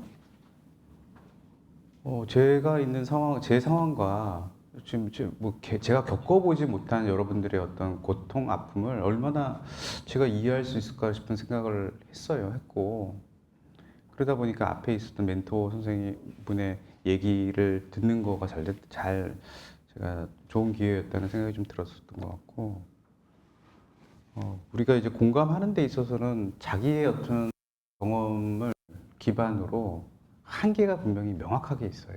절대로 제가 봤을 때는 이해하기가 참 쉽지 않아요. 공감이 첫 번째로 머리로서 이해가 돼야 되거든요. 머리로서 이해가 돼서 어떤 상황이겠구나 이제 머리가 이제 이해가 돼야 돼요. 보통 이제 공감 그러면 이제 감정을 얘기할 것 같은데 감정이 아니라 만약에 우리 MBTI 얘기 많이 하니까 내용에 대해서 막 따뜻하게 접근해서 힘들지 괜찮지 뭐 힘내 이런 반응보다도 차라리 아주 그냥 T인 사람이 얘기 들어보니까 이러고 그러면 너가 진짜 충분히 이럴 수도 있겠네 하면서 인지적으로 첫 번째로 이해를 좀 해주면은 저 사람이 내 상황을 좀 알구나라고 되는 거고 물론 그 두 가지가 다 있으면 좋겠지만은 극단적인 비교지만 하여튼 감정적인 측면에서는 필요하긴 한데 일단 이해를 해야 되는데 이 이해의 영역이 간접 체험? 글쎄 이걸로 과연 얼마나 늘지 2주 전에 저희가 대한 소아청소년 정신학회 학술대회가 있어가지고 거기 이제 AI 나오고 이제 거기에 대한 상담 자폐 아동 상담 그런 얘기 세션이 있었는데 누가 이렇게 오면서 찾아봤대요. 이건 챗GPT가 아닌데 챗GPT한테 너 혹시 공감하니? 라고 물었더니 챗GPT 공감할 줄 아니? 물었더니 뭐라고 대답했을까요? 챗GPT가 할 수 없다? 할 수 있다고 하더래요. 아, 나 공감할 수 있다고. 그래서 그 교수님이 이것 봐라. 이거 네가 봐요? 싶어가지고 너 내가 보기에는 공감 못할 것 같은데? 거짓말하지 마 이렇게 보냈대요. 어떤 반응을 보냈을까요? 네, 맞습니다. 저는 사실 공감을 하는 척일 뿐입니다라고 아주 솔직하게 얘기하더래요. 예. 그래, 아주 솔직하구나, GPT야라고. 그러니까 이제 그게 우리가 대화에서 어느 누구와 대화를 하든 간에 사실 본인의 경험을 겪지 않은 이상은 이해하기가 많이 어렵기 때문에 그래서 한편으로는 그로 인해서 좀 서운함을 느낄 수도 있고 내가 이제 그거를 이제 공감을 못 받거나 위로를 못 받는다는 생각 때문에 서운함을 느낄 수도 있고 또 한 가지는 이제 또 그렇기 때문에 어떤 지금 보면 연합회, 머크 이렇게 머크는 좀 회사라 그랬나? 아무튼 간에 이러한 어떤 연합회도 더 중요하지 않을까 싶은 생각이 좀 들어요. 나를 이해할 수 있는 대상하고 만남이라든가 소통인 거죠. 그래서 아까와 같은 멘토 상담사의 어떤 얘기가 매우 가치 있고 그렇게 들리는 것 같아요. 제가 정신과 의사니까 이게 소통에 대한 주제가 있는데 소통도 소통이지만 정신건강을 좀 메인으로밖에 할 수 없을 것 같고 또 아까 이제 적어준 거 보면은 선생님 그 아까 좀 다시 이 슬라이드는 있는데 제가 좀 종이로도 좀 보고 싶어가지고 보면은 이 적어주신 거에 정신건강 영역이 없지 않아요. 없지 않아가지고 뭐 Q&A를 나중에도 하겠지만은 뭐 이거 관련해서 중간에 나오면 좀 얘기를 해보려고 그래요. 잘 살면서 잘 적응해야 되는데 아마 저희 이제 거장대도 의과대학이 있으니까 학생들이 나와서 질문을 해요. 그 사람은 누구나 우울하고 우울한 감정은 다 있잖아요. 우울한 감정이 없는 사람은 없어요. 그거와 우울증하고 있으면 어떨 때 치료를 해야 돼요? 라는 질문을 할 때가 있어요. 사람 다 누구나 우울한데 그러면 명확한 기준은 뭐 없을 수도 있겠지만은 그나마 이제 좀 합리적인 기준은 그 사람이 일상생활을 잘 영위할 수 있냐 없냐에서 갈리는 것 같아요. 주부면 주부로서의 일, 학생은 학생으로서의 일, 직장인은 이제 직장인 일인데 그게 되느냐 안 되느냐에 따라서 때로는 이제 약물 치료가 필요하거나 정신과 치료가 필요하거나 이런 것들이 일어나고 정신건강이라는 것 자체가 이제 잘 적응하고 살고 있다는 거거든요. 우리 마음 상태를 이렇게 도식화한 그림이에요. 파란색은 편안한 거, 연두색은 마음의 고통, 그리고 노란색은 이제 좀 비통하고 좀 문제가 일어날 것 같고, 빨간색은 이제 정신질환까지라고 장애라고도 부를 수 있겠죠. 지금 어떤 상태인지는 뭐 각자마다 좀 다를 수 있을 것 같은데 편안한 상태가 아닌 마음의 고통 상태는 뭐 스트레스를 좀 알아차리고 이런 것들을 좀 일상적인 스트레스에는 우리 뇌의 어떤 정상적인 반응이 일어날 수 있다라고 지금 하고 있어요. 그러니까 뭐 화날 수도 있고 뭐 슬플 수도 있고 불행할 수도 있고 또 뭐 실망스러울 수도 있고 이런 뭐 미안함 뭐 친구 때문에 이런 뭐 미안해지거나 부부 사이에 조금 속상한 게 있거나 그런 것들은 우리가 살면서 피할 수 없는 것들이잖아요. 이게 마음의 고통 상태. 뭐 예를 드는 게 이런 거죠. 뭐 발표를 앞두고 있다. 뭐 좋아하는 사람한테 고백할 때 뭐 이런 상태를 얘기를 하는 것 같고. 이 스트레스라는 거 조금 얘기를 하자면은 사전적 정의가 이렇대요. 누르는 거, 밖에서부터 압력. 예. 근데 현실 상황과 기대 상황의 괴리로 인해서 스트레스 발생한다고 하니까 내가 기대하는 바가 현실에서 구현이 안 되면은 스트레스를 받는 게 일어나는 거고 여기 계신 분들에게 느끼는 감정은 계속 어떻게 만성적인 스트레스에 노출될 수밖에 없다는 상황 같아요.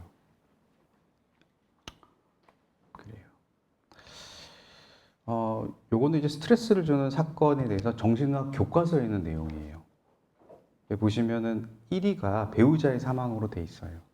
이게 우리나라는 약간 자녀의 사망이라고 될 수 있는데 미국 교과서 보니까 배우자의 사망으로 돼 있고 저는 이걸 보면서요. 뭘 찾았냐면 오늘 주제가 난임이니까 그거를 찾아보려고 했더니 없는 거예요.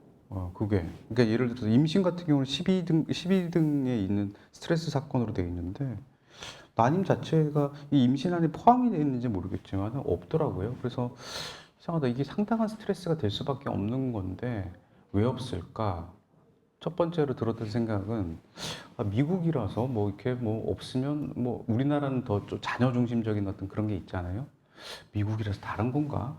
라는 생각했다가 두 번째는 뭘 생각했냐면 아니면은 그게 퍼센티지가 많지는 않아서? 라는 생각도 했던 것 같아요.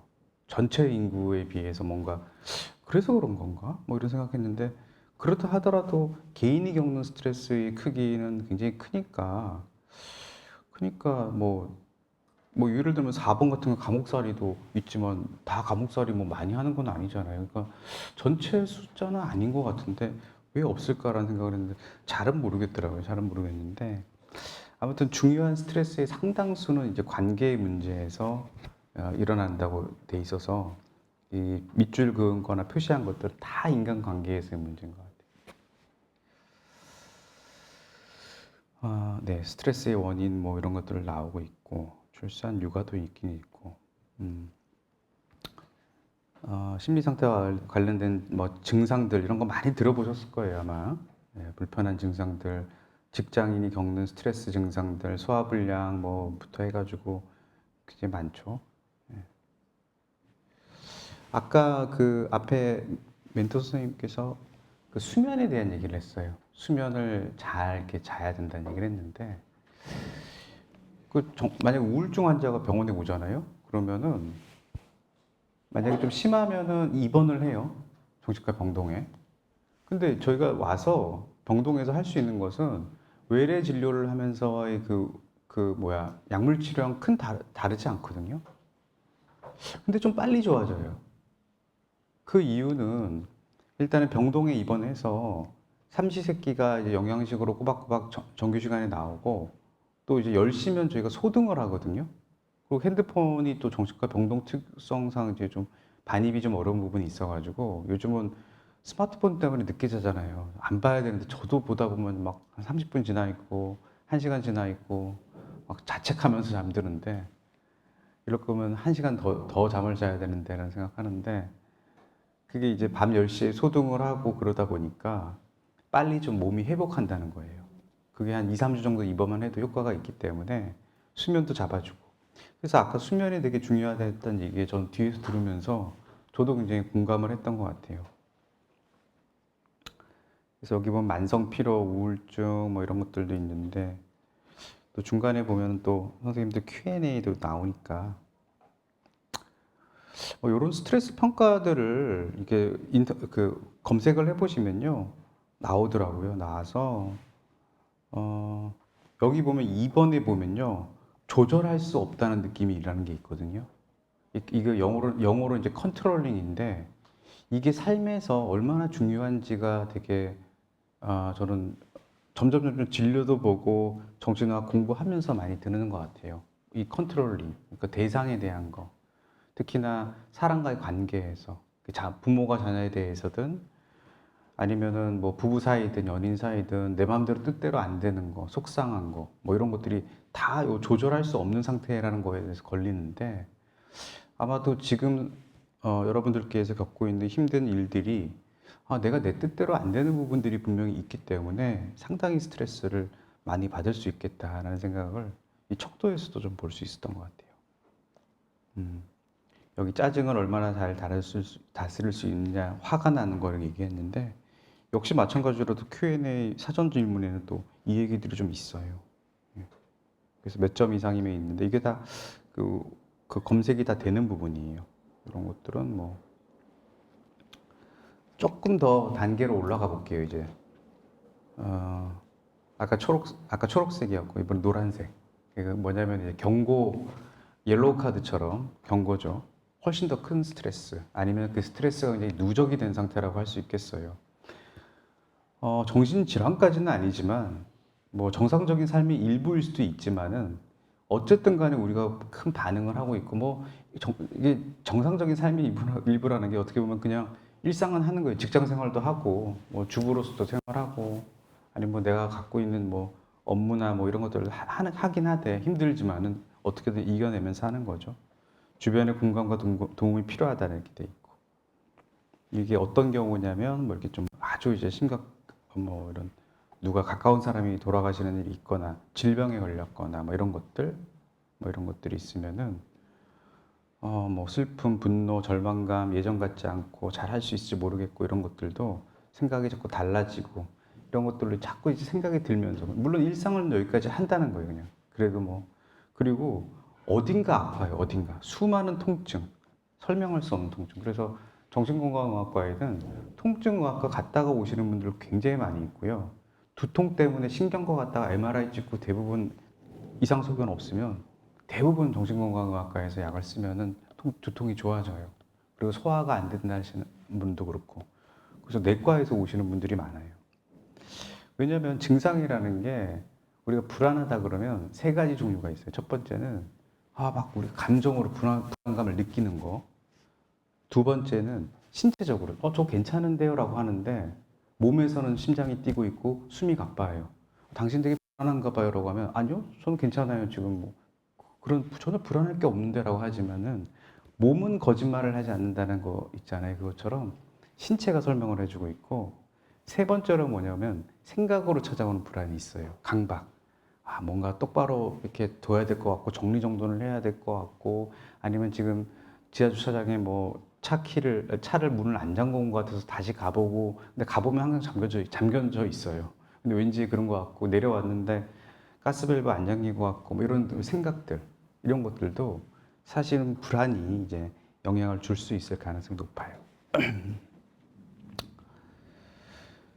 사회적 철수, 일상적인 활동 회피. 근데 아까 멘토 선생님도 뭐 결혼식 얘기하시면서 좀 피하고 싶은 마음에 이렇게 얘기를 했던 것 같아요.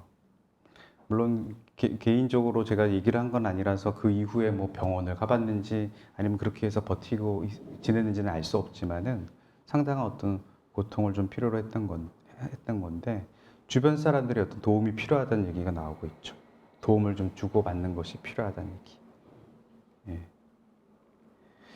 그리고 뭐 스트레스와 관련된 거 있지만 여러 가지 뭐 호흡법, 이완법 뭐 이런 것들 그리고 조금 뭐 요즘은 전국민 마음 투자 사업이라는 상담을 받을 수 있는 그런 게 있으니까 뭐 그런 것들도 좀 받을 수 있겠고 좀 누군가와 털어놓고 뭐 가족이 꼭 있다고 해서 가족한테 털어놓을 수 있는 건 아니잖아요. 그러니까 누군가에 털어놓을 수 있는 것들을 상의하는 게 필요하다. 요 단계까지는 뭐 그런 얘기들 운동도 필요하고 뭐 이런 얘기를 하네요. 이완 호흡 연습 한번 중간에 한번 해볼까요? 이게 자세를 딱 바로 고쳐 앉으시는데 제가 얘기하려고 그러는데 어떻게 아시지? 이게요 풍선이라 생각하시는데 이게 배라고 생각하셔야 돼요. 배. 그래서 가슴이 움직이는 게 아니라요 이 배만 움직이는 걸 이제 복식 호흡이라 그러잖아요. 뭐 많이 보셨을 거예요. 배만 움직이는 거예요. 가슴이 흉식 호흡을 해서 가슴이 움직이지 않고 4초 멈췄다가 천천히 쉬는 거거든요. 그리고는 이제 천천히 배로 이제 움직이면서 등 뒤쪽에 있는 어떤 미주신경을 뭐 자극을 해서 우리가 부교감 신경을 항진을 시켜서 안정을 취한다. 뭐 이런 개념이에요. 가장 쉽게 할 수 있는 방법이고 저도 이걸 언제 하냐면 저는 그 병원에 있으면서 그 혈압계 잴 때 있죠. 자동 혈압계. 그거 쓸 때 이제 높게 나오면은 항상 약간 이거 하고 막 하면서 혈압을 재고 있어요. 그러면 이제 조금 혈압이 좀 정상화돼. 혈압을 잰다는 것 자체에 대해서 긴장이 순간 들어가니까 그때 이제 많이 하는 것 같아요. 배로 움직이면서. 뭐 속상하거나 아니면 특히나 아니면 화가 나거나 때로는 이제 그 숨이 차거나 할 때 이거를 쓰면 돼요. 숨이 찰 때는 절대 빨리 쉬어서는 안 되거든요. 숨 차다는 느낌이 들어가지고 빨리 쉬게 되면은 계속 숨이 더 차게 되고 숨을 최대한 멈추거나 숨을 최대한 천천히 쉬어야지만 숨차는 느낌이 사라지는 역설적인 현상이 일어나요. 관리, 뭐 스트레스 상황을 뭐 변화시키는 거를 변화시키면 제일 좋겠지만 1번처럼 쉽지 않죠. 아니면 그거에 관한 생각을 변화시키거나 뭐 이런 것들이 좀 필요할 수도 있겠죠. 다른 것을 어떤 걸 생각하는 거. 참 우리가 뭐 강한 마음을 갖고 있고 막 스트레스 되는 생각 올라왔을 때 그거를 뭐 이렇게 참 이겨내는 게 쉽지 않아요. 쉽지 않고 그럴 때 빨리 다른 활동을 통해서 다른 그 전환을 하는 게 필요한 것 같아요. 뭐 도피 전략은 이런 거 아마 다 아실 거예요. 이런 거 뭐 자기 학대도 여기 포함이 되죠. 이런 게 자꾸 이제 생각이 들면은 계속 우울감이 찾아오고 마음이 힘들고 내가 문제가 있는 것 같아라는 생각을 하게 되면은 자꾸 자존감도 떨어지고 아까 여기 보니까 자존감에 대한 질문도 좀 주셨으니까 뒤에 얘기할 텐데 참 힘든 것 같아요. 뭐 그래서 지원을 사회적 마지막에 보면 사회적 지원이라고 되어 있는데 다른 뭐 단체 참여 이런 것들도 있잖아요. 그래서 이러한 모임이나 이런 자리가 되게 소중하고 중요한 것 같다는 생각이 좀 드는 것 같아요.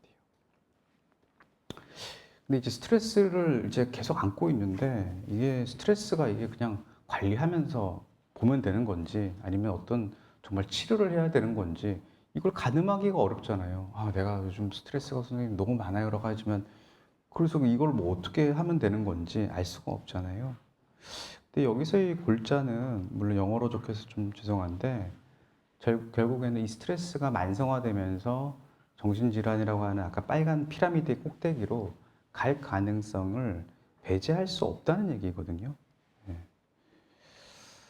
정신건강이라는 게 사실은 개인의 취약성도 분명히 있고 환경적인 스트레스가 있고 그 스트레스와 관련된 증상들이 이제 나타나기 마련인데 우리가 뭐 이게 만약에 환경적인 스트레스의 양이 적으면은 개인의 취약성이 있더라도 괜찮은데 우리 코로나 때 있잖아요. 코로나 때는 그때 뭐 밖에 못 나가거나 8시에 뭐 가게 문 닫고 막 그래 활동 다 문 셧다운되고 그런 데 있었잖아요. 그럴 때는 이제 공황장애 환자분들 상당히 많이 늘었거든요. 그게 이제 환경적인 스트레스를 상당히 주니까 기존에 갖고 있던 공황장애가 악화되거나 아니면 공황장애가 새로 생기거나 그랬던 경우가 많았죠. 그래서 이게 악화된 요인이라고 보고 이제 마지막 꼭대기에 있는 단계를 또 말씀을 드리자면은 이 단계가 아까 제가 말한 학생이 질문했을 때 그 기능이 안 되면은 그러면 바로 좀 치료가 필요하지라고 했던 단계예요. 뇌에 어떤 문제가 이제 생기는 거예요. 자동차로 치면은 이 자동차가 좀 요즘 시원치 않네 정도가 아니라 엔진에 이상이 생겨가지고 100km를 달려야 자동차가 뭐 한 50km밖에 밟아도 못 나간다든가 이런 실제적인 엔진에 문제가 생긴 경우를 정신질환의 상태, 장애의 상태라고 할 수 있어요. 매일매일을 카페인에 중독되듯이 살면서 정신 차리고 막 이렇게 시작을 하는 커피잔이 있으니까 많이 설명을 드리는데 이게 어느 순간 이게 내가 받아들일 수 있는 그 용량이 있는데 그 용량을 넘어서게 되면은 그러면 이제 증상이라고 볼 수 있어요. 증상. 이게 나도 모르는 새예요. 이게 다들 어떤 상태인지 아무도 몰라요. 근데 어떻게 되냐면 이게 원래 한 60% 정도 차 있어야 돼요. 그래서 살면서 스트레스도 받고 오늘 속상한 일도 있고 하더라도 뭐 한 90까지 올라갔다가 한강물의 수위가 높아지듯이 다시 내려왔다가 뭐 이런 것들을 겪는데요. 근데 이게 만약에 이게 나도 모르는 사이에 수위가 올라가지고 한 90에서 95%까지 차 있잖아요. 그러면은 일상적인 일을 할 수가 없어요. 뭐냐면은 95% 정도 차 있는데 직장에 가는 일이 한 10 정도의 스트레스야. 그러면은 못 하는 거예요. 직장 100을 넘어서 가지고.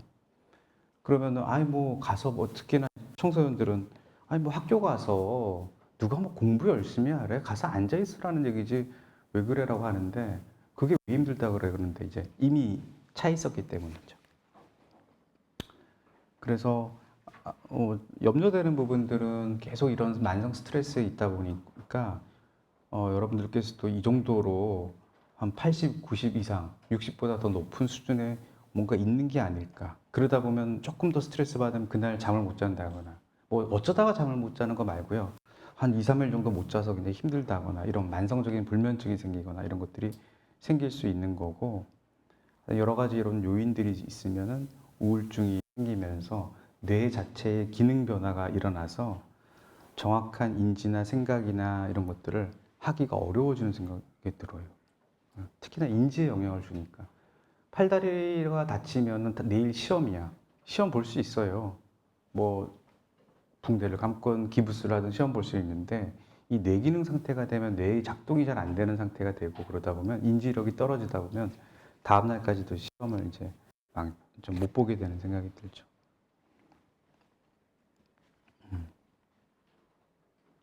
그래서 뇌는 서로 연결돼 있기 때문에 힘들어요. 그래서 감정이나 기분도 좀 다운되고, 미국에 있는 찰스 브레너라는 사람이 얘기했는데, 인간이 겪는 두 가지의 감정 이론이 있는데 심리적인 대참사가 있대요. 뭐냐면 이 심리적인 대참사는 대부분 뭐냐면 애정상실 1번, 아니면 여기는 거세 실패라고 되어 있는데 뭐 회사에서의 뭐 낙오라든가 뭐 이런 것들, 사업이 잘 안 되는 거 이런 거. 애정상실은 누군가 떠나가는 거, 가족이 됐든 연인이 됐든 부부가 됐든 아니면 뭐 이런 상황들. 이 두 가지가 인간의 감정에 영향을 준다. 지금 보면 뭔가 잘 안 되는 게 있으면 두 번째 그 가능성이 있죠. 그게 이제 미래, 앞으로도 계속 그럴 것이다 그러면 막연한 불안감이 계속, 미래형이에요, 불안이. 과거에 내가 지금 계속 반복되고 있다 그러면 이것이 과거형이면서 자꾸 이제 좀 다운시키고 내가 잘할 수 없을 거라는 생각을 만들게 되죠. 근데 이 우울과 불안은 약간 사촌지간처럼 같이 함께 가는 경우가 있어요. 그래서 과거에도 힘들었기 때문에 미래에도 잘 될지 내가 잘 모르겠어, 이런 마음 상태를 만들게 되죠. 우울하고 이러면 이제 폭식을 하게 되고 막 살도 찌게 되면 내 스스로를 더 싫어지게 만들어지는 하나의 원인이 되고. 이거 어린 왕자 이거 아세요? 술꾼과의 대화. 술은 왜 마셔요? 그러니까 잊으려고. 뭘 잊어요? 창피한 걸 잊어버리려고. 그러니까 아저씨 뭐가 창피한데요? 했더니 술 마시는 게 창피하다 그래요. 그러니까 이게 뭐냐면 계속 내가 갖고 있는 상황을 계속 악순환을 반복하고 있는 상황을 얘기하고 있어요. 아까 제가 이제 조절이 되게 중요하다 그랬잖아요. 그래서 일상생활을 내가 잘 조절할 수 있느냐 없느냐 여부가 매우 중요하고, 또 지금도 사실은 여러분들께 겪고 있는 난임의 어떤 문제도 내가 뭐 내 뜻대로 내 삶을 잘 뭔가 할 수 있지 못하다는 생각이 자꾸 이제 사람을 이제 우울하게 하거나 사람을 자꾸 무기력하게 만들거나, 학습된 무기력감이라고 그래가지고 잘 안 되는 걸 반복되다 보면 이런 것들이 이제 소진까지 이제 유발하게 되죠. 아까 Q&A에서 뒤에도 나오겠지만 두 번째가 있어요. 읽어볼게요. 아기를 갖지 못한다는 죄책감 때문에 생기고 자존감이 낮아집니다. 자존감을 높일 수 있는 방법이 있을까요? 라고 했는데, 뭐 자존감을 높인다. 참 어려운 부분인 것 같아요. 이게 내가 현재 갖고 있는 자존감이 지금 뭐 현재의 나의 어떤 문제라기보다는 뭐 여러 가지 뭐 이슈, 과거로부터 이슈, 그건 뭐 정말 태어나서부터 겪는 모든 이슈를 다 망라하기 때문에 지금 당장 그런 것들을 배제하고 내가 지금 뭘 하면 자존감 높아지겠지, 근원적인 자존감 높아지겠지라는 것은 어려울 것 같고, 다만 이제 자존감을 이제 구성하고 있는 요소를 보니까 이게 자기 효능감, 오은영 선생님 뭐 강의할 때 많이 방송 보면 많이 나오잖아요. 내가 이거를 잘 할 수 있을 거라는 자기 효능감에 대한 것들이 구성이 돼 있고, 자기 조절력, 뭐 아이들은 내가 내 생활을 어떻게 보면 잘 할 수 있는 거, 시험인데도 내가 그냥 뭐 내일 회사에 중요한 일인데도 오늘 그냥 딱 절제를 하거나 뭐 이런 것들, 그리고 아침에 일찍 뭐 운동도 나가고 뭐 이런 것들, 그냥 귀찮다, 내일부터 하자. 근데 계속 내일이 되는 거잖아요. 근데 그러다 보면은 나에 대해서 또 그 못하고 있구나 뭐 이런 생각이 하게 되잖아요. 그리고 자기 안정감이라는 거는 이제 조금 이건 아이들 얘기인데 조금 내가 안전한 상황에 있다는 거. 그리고 우리 뭐 어른들에게도 해당이 될 수 있겠죠. 내가 지금 갖고 있는 위치, 상황에 대해서 좀 편안하면은 그때 불안하면은 이제 뭐 직장이 됐든 뭐든 내가 불안하면은 자존감에 영향을 좀 줄 수 있겠죠. 그래서 자기 효능감, 조절력, 자기 안정감 이런 부분들을 저는 이제 재점검을 한번 해보라는 말씀을 좀 드리고 싶고, 중요한 거는 이제 아이를 맡지 못한다는 죄책감 말씀하셨는데, 이게 죄책감의 여부인지 이걸 점검을 해봐야 될 필요가 있긴 있는 것 같아요. 죄책감이라는 거는 이게 뭔가가 이제 정상이 있고 비정상이 있고, 내가 정상이 뭐 아닌 상태에 대해서 속상해하고 그 원인을 나로 돌리는 거잖아요. 나에게 화살을 쏘는 건데, 일단 나에게 화살을 쏘는 게 맞는지 정확하게 참 판단하기 어려울 뿐만 아니라, 두 번째는 정상과 비정상의 어떤 기준을 삼는 것이, 물론 뭐 사회적인 어떤 뭐 일반적인 기준 뭐 이런 것들을 얘기할 수도 있겠으나, 제가 봤을 때는 결국 상황에 대해서 우리가 어떻게 받아들이냐가 중요하다 했잖아요. 그래서 이 상황을 어떻게 해서 해석을 계속 부정적인 해석으로 계속 끌고 가면은 문제가 해결이 안 될 뿐만 아니라 끝없이 이제 다운이 될 수 있겠죠. 어떤 분이 자기가 이제 대학교를 가는데 걱정되는 게, 사람들과의 관계가 좀 어려워서 MT를 가거나 아니면 사람들 만났을 때가 두렵고 그런 자신이 너무 싫다라고 하더라고요. 그리고 자기는 이제 그동안 들었던 얘기는 좀 적극적으로 해봐. 적극적으로 좀 나서봐. 왜 이렇게 뭐 이렇게 겁을 내. 사람들한테 다가가서 얘기해봐. 그런데 그게 안 되니까.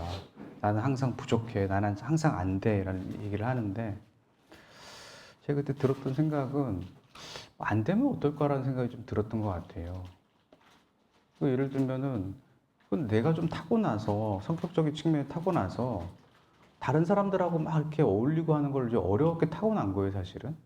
근데 그거를 내가 조절할 수 없는 것에 계속 거기에 몰두해서 나를 비하하고, 나를 갖다가 계속 여기도 보면 막 스스로 죄책감 느끼고 이러면은 자존감이 낮아질 수밖에 없죠.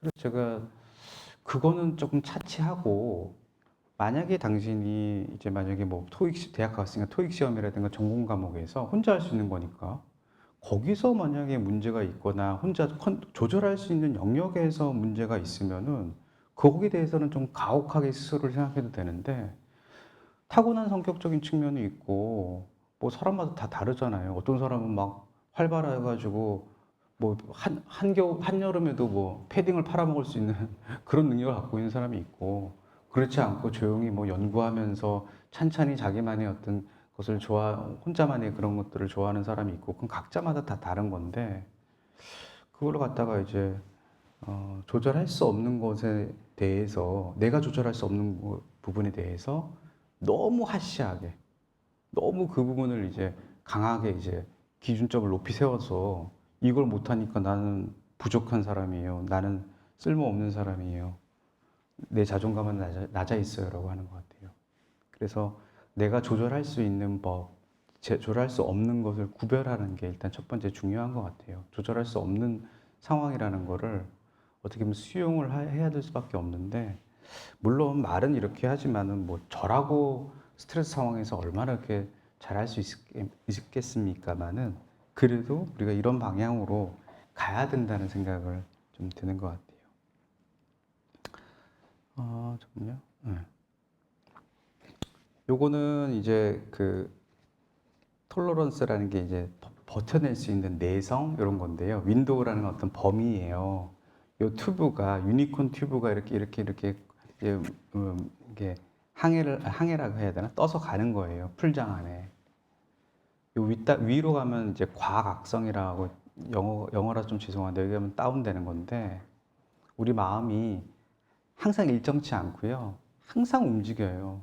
어떤 날은 기분 좋은 날이 있고, 어떤 날은 막 또 확 떨어진 날이 있고, 같은 사안인데도 어떤 날은 그래, 뭐 오늘은 뭐 그래, 지금 내 상황을 이겨내면 되지 뭐. 그러다가도 어떤 날은 또 갑자기 근데 내가 왜 이러고 있지? 왜 나만 이런 거야? 이렇게 해서 왔다 갔다 하게 되는데, 여기 어쩔 수 없지만 약간은 뭐 그 적절한 범위 내에 옵티멀 존이라고 되어 있는데 적절한 존 내에서는 충분히 그럴 수 있는데 너무 가라앉거나 아니면 너무 짜증이 나거나 이게 이제 화라든가 이런 거고 요 상태에 떨어지는 경우는 이제 뭐냐면은 이제 우울이라든가 침체, 상실감 이런 것들을 이제 표현할 수 있겠어요. 그래서 Q1 질문 이제 첫 번째는 아까 두 번째였고 지금 두 번째는 반복되는 이제 실패가 상실감과 슬픔을 어떻게 극복해야 되는지라고 알고 싶다는 건데 비단 뭐 꼭 이 실패뿐만 아니라 우리가 겪는 뭐 직장에 대한 취업 실패, 뭐 대학의 진학 실패, 뭐 여러 가지 뭐 또 다른 복잡한 일들이 상당히 많잖아요. 어떻게 극복해야 되냐? 극복을 하는 게 그냥 제가 봤을 때는 우리의 과제인 것 같고 살아가면서 항상 이런 일들이 이제 일어나니까 다만 제가 이제 의사로서 얘기할 수 있는 거는 분명한 거는 이제 좀 도움을 뭐 좀 전문 기관의 도움을 받으라는 얘기를 좀 하고 싶은 마음은 좀 들어요. 왜냐면은 제가 오면서 최근에도 뭐 이렇게 여러 가지 있었던 난임 기사도 좀 찾아봤는데 우리나라에서의 어려움은 이 정신건강의학과를 비롯해서 의학적 도움을 받는 비율이 너무 현저하게 낮다는 거예요. 낮으니까 몸에 대한 아까도 수면도 잘 조절해서 몸 컨디션이 좋아야 되는데 그게 안 되니까 이 상실감, 슬픔이 있을 때 수면 거의 잘 못 자거든요. 잠이 든다 그래도 새벽에 깨거나 잠이 든다 그래도 이제 중간에 이제 자꾸 선잠을 자게 돼요. 수면 한 3, 4단계까지 쭉 한번 쭉 내려갔다가 올라오는 게 아니라 그러면 이제 잘 잤다가 되는데 한 1, 2단계에서만 얕게 왔다 갔다 하다 중간에 좀 깼다가 뭐 이렇게 해버리면 뭐 하루야 그럴 수 있겠죠. 뭐 하루는 뭐 우리가 뭐 시험 앞두고 뭐 밤새고 뭐 한두 시간 자고도 다 버티니까. 근데 그게 이제 계속 그거 될 때 쭉 이제 이어지게 되면은 분명히 문제가 발생할 수밖에 없고 제가 이걸 적어준 걸 보면서 상실감 슬픔이 교과서상에서는 1주에서 2주가 넘어가서 일상생활이 어려우게 되면 분명히 어떤 의학적 도움을 좀 받아야 되는 상황이 맞다라고 얘기 드리고 싶어요. 나머지는 뭐 정말 뭐 그냥 기본적으로 주변 사람들과 얘기, 주변 사람들의 도움은 기본이 되고 뭐 운동 이런 것들도 아까 스트레스 관리에서 필요한 부분은 맞는데 이거는 이제 또 치료를 통해서 또 받아야 될 부분이 분명히 있다. 여기 위에가 이제 짜증이 난다 그랬어요. 짜증이 나는 유형인데 이쪽은 3번 질문을 보니까 어린 조카들을 보면은 짜증이 나서 가족 모임이 참석이 꺼려집니다. 그러면 가로하면서 부러워서 그럴까요? 아이들에게 미안한 마음과 제 안에 화가 섞여서 매번 감정이 복잡한데 죄가 없는 조카들을 보면 짜증나는 게 정상인가요? 라고 했던 것 같아요. 어린 조카라고 하니까 짜증을 냈다.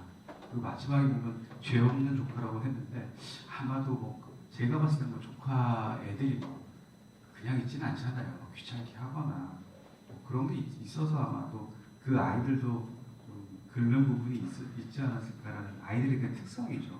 그 나쁘다는 게 아닌 특성이니까 성가시게 할 수도 있는데 아무튼 그 아이들이 성가시게 하는 거에 비해서 내가 보여주는 반응이 다소 좀 과하거나라는 것을 그 순간에 알게 되거나 아니면 집에서 돌아와서 생각해 보니까 내가 좀 과했나? 라는 생각이 드니까 아마 집에 와서는 좀 미안하다는 마음도 이렇게 들었던 것 같아요.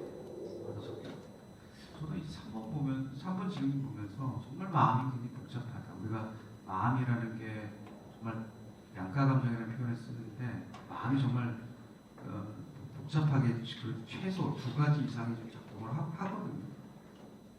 부럽기도 하면서 시기하기도 하고 안타깝기도 하면서도 휴 나는 괜찮구나 싶은 마음도 들고 다 그래요. 부모에 대해서도 그렇잖아요. 좋은 마음도 있지만 또 미운 마음도 있고 부부라도 마찬가지고 그런 마음이 당연히 들죠. 당연히 되기 때문에 복잡한 마음이 드는데 지금도 보면 복잡한 마음이 좀 있구나 싶은 생각이 좀 들었던 것 같아요.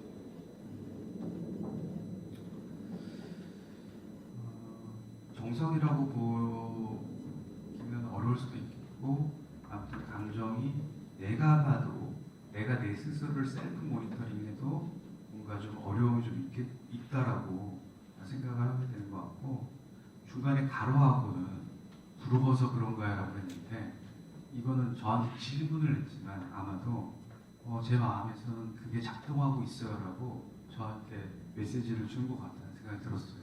그래서 그 마음이 들겠죠. 그 마음 자체를 인식하면서 인정하고 인지하면서 인정해야 되는 것 같아요. 충분히 그럴 수 있다는 생각을 그 마음이 들면 안 돼. 그 마음을 좀 부정해야 돼. 그 마음을 들면 내가 좀 부족한 사람이 되는 것 같잖아.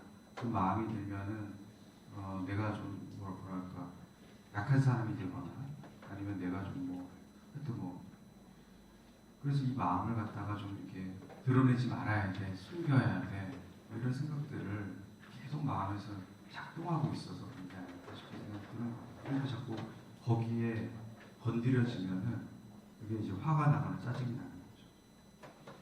우리가 옛날에 그 보물찾기 보면은 아주 어릴 때 소풍 가서 보물찾기 한다 그러면 저기 보면 나뭇잎으로 막 이렇게 덮여놓은 데 있으면은 거기부터 찾아요. 숨겼는데 숨긴 곳이 드러나게 되죠. 딱 보다가 그냥 저기 나뭇잎들이 지금 수북히 쌓여있네. 저기 가야지 그러면 찾기 쉽게 되죠. 4번을 보니까 질문이 많아요. 분노 조절 장애가 생긴 것 같습니다. 항상 화가 난 상태로 누가 건드리면 금방 폭발할 준비가 돼 있어요. 어떻게 편안해 줄 수 있을까요? 지금 보면은 스트레스가 1, 2, 3, 4 다 아까 이 그림처럼 한쪽은 낮아지고 또 한쪽은 올라가 있고 또 한쪽은 중간에 왔다 갔다 하기도 하고 지금은 막 위에 아니고 이런 상태예요. 그만큼 감정의 어떤 힘든 것을 보여주고 있어요. 뒤로 가면서 이제 시간이 50분이니까 넘어가도록 하고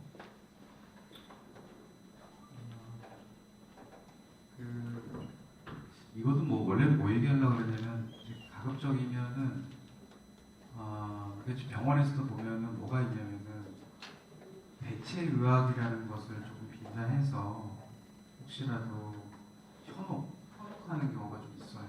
혹시 불안이라도 짚고 싶은 심정을 그 마음을 좀 이용하는 경우도 있어서 그런 거를 주의하시고 참 이게 병원이라는 데가 때로는 답을 못 줄 때가 있어요. 어쩔 수 없죠. 기다려봐야죠 하는 경우가 있는데 그게 어떻게 보면 현실인데 그 외에 다른 나의 어떤 부족, 결핍 상태, 배고픔 상태를 갖다가 이용하는 현혹되는 일은 없었으면 하는 마음으로 적어졌는데 넘어가고 그래서 때로는 이제 상담을 할 수도 있겠지만 의사를 좀 만나야 될 일이 있고 왜냐하면 상태가 많이 안 좋을 때는요 이게 불이 난 것 같아요. 화재가 나서 지금 제가 만났을 때 어떤 분들은 괜찮다고는 하지만 표정도 안 좋고 상당히 감정 조절이 안 되는데 우울증의 첫 번째가 감정 조절이 어려움이거든요. 단순히 우울증이 아니라 아까 화가 나요, 짜증이 나요, 불안도 같이 사촌처럼 같이 다닙니다. 근데 어떤 상태냐면 당장 건물에 만약에 불이 났으면 빨리 119 불러가지고 불 꺼야 되잖아요. 소방안전교육을 하면 안 되잖아요. 그처럼 여러 가지 상담 치료를 통해서도 도움을 받고 내가 갖고 있는 어떤 취약성도 파악하고 지금 현재의 문제도 파악해야겠는데 때로는 이제 약물 치료나 이런 것들이 바로 불을 좀 꺼야 되는 상태가 될 수도 있어요. 좀 너무 심한 우울증이 있거나 너무 심한 감정 조절이 어려우면 상담 자체가 어렵거든요. 그래서 두 가지를 좀 같이 병행하는 게 좋을 수도 있다는 얘기고 약물 치료 좀 넘어가고 두 가지 다 병행해야 될 거라고 생각하고 너무 무기력하다는 상태가 많이 호소하긴 하는데요. 그럴 때가 이제 요 신경전달 물질이라고 하는 이 물질들이 신경 사이를 이제 적절하게 왔다 갔다 해야 되는데 이게 숫자가 적어버리면은 이게 신경전달의 어떤 에너지가 많이 떨어지죠. 지하철로 치면은 지하철에 자주 와야 되고 객차수도 많고 해야지 손님들을 빨리빨리 나가는데 그러지 못한 경우가 되면 이제 지하철이 이제 30분에 한 대 온다. 지하철 객차량이 한 2대 있다 그러면은 지하철에서 기능하기 어렵잖아요.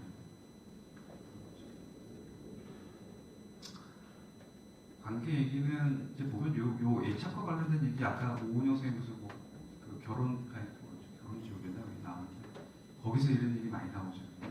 사람마다 애착 유형이 달라가지고 어떤 사람은 막 따지려고 그러는데 남편은 회피해서 그냥 딴 데 가버리니까 저 인간 어떻게 어디 갔어? 뭐 이러면서 찾고 그게 과거부터 사람들이 갖고 있는 애착이 같은 유형이 있는데 거기에 안 맞으면은 아니 좀 이렇게 노사에 대한 문제가 발생할 수 있다. 뭐 이런 것들이 나오는데 보통 보면 개인은 또 이제 개인의 문제가 힘들어서 오는 경우도 있는데요. 그렇지 않고 서로 간의 병원에서 가족 문제 때문에 두 사람 한 사람은 다 괜찮아.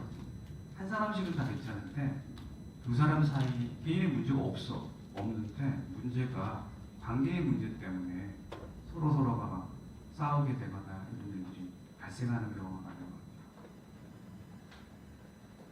같아요. 그래서 보면은 관계라는 것은 중간에 약간 싸우기도 하고 럽처도 일어나고 디스어그리먼트 약간 의견 충돌도 일어나기도 하고 오해, 미스언더스탠딩, 오해도 일어나고 이런 과정을 겪고 이 럽처의 리페어라고 해서 이 과정을 겪어야 되거든요. 초반에 이 럽처의 과정이 너무 크거나 아니면 리페어 과정을 못하게 되면 럽처는 반드시 되게 해요. 그러니까 분열이죠. 파괴. 모든 관계는 그게 다 있어요.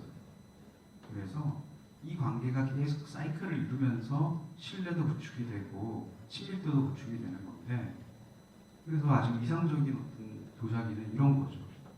하나도 겉에 아무것도 없는 게 아니라 때로는 이제 뭔가가 있고 뭔가 손상이 있고 그게 다시 떼어지고 럽처의 리페어 작업 과정이 계속 이루어지면서 이제 단단해진다고 볼 수 있어요. 뭐 제가 여러분들께 어떤 얘기를 할 수 있겠습니까? 여러분들의 마음을 얼마나 잘 알겠습니까? 그러나 지금 상황에서 우리가 생각할 수 있는 거는 럽처의 상황도 있을 수 있겠고 이 힘든 상황도 있을 수 있겠고 두 사람 사이에서는 힘든 일이 있으면은 더 힘들게 되는 경우가 있잖아요. 뭐 힘든 일을 극복하는 좋은 시간을 또 좋은 계기를 갖자라고 하는 것은 이상적이긴 하나 우리가 다 일반적인 범인의 수준에 있는 사람들인데 속상한 거 다 느끼고 그러니까 쉽지는 않지만 우리가 그쪽으로 추구해 나가야 된다는 것 같아요.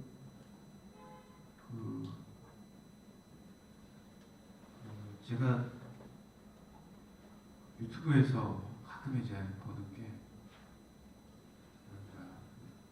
그 증문즉설 하신 분이 누구죠? 법률스님 밖에 대상으로 많이 했잖아요.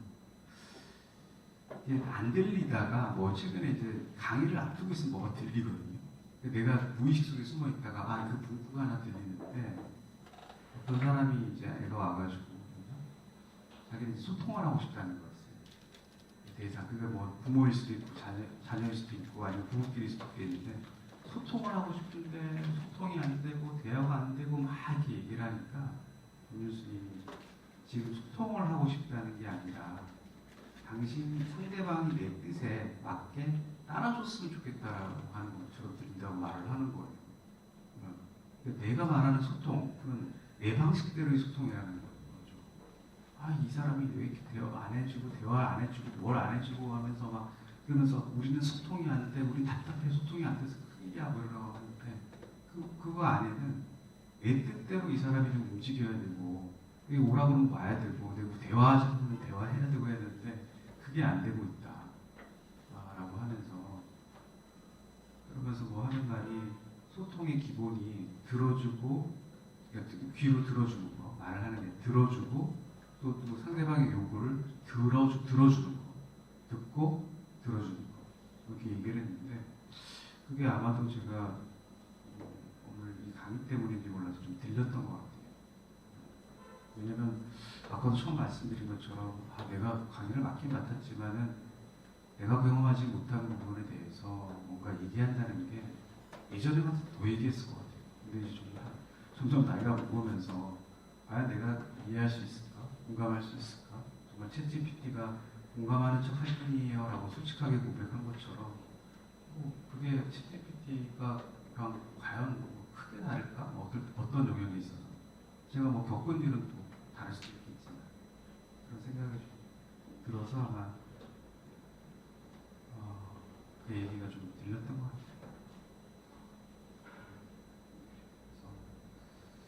그래서 이거 뭐 엔진 뭐 홈팟 얘기인데 항상 이제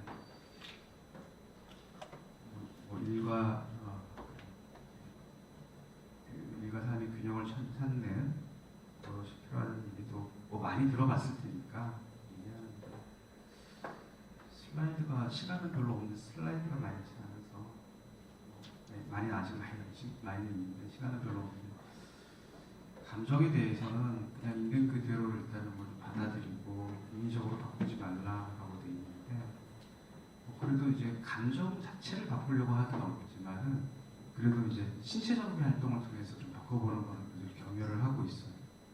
더구나 부정적인 감정이 들 때 자꾸 나를 이제 자책하거나 그런 것은 안 좋은 것 같아요. 다 아시지만은 그게 막상 그 상황이 되면 쉽지 않잖아요.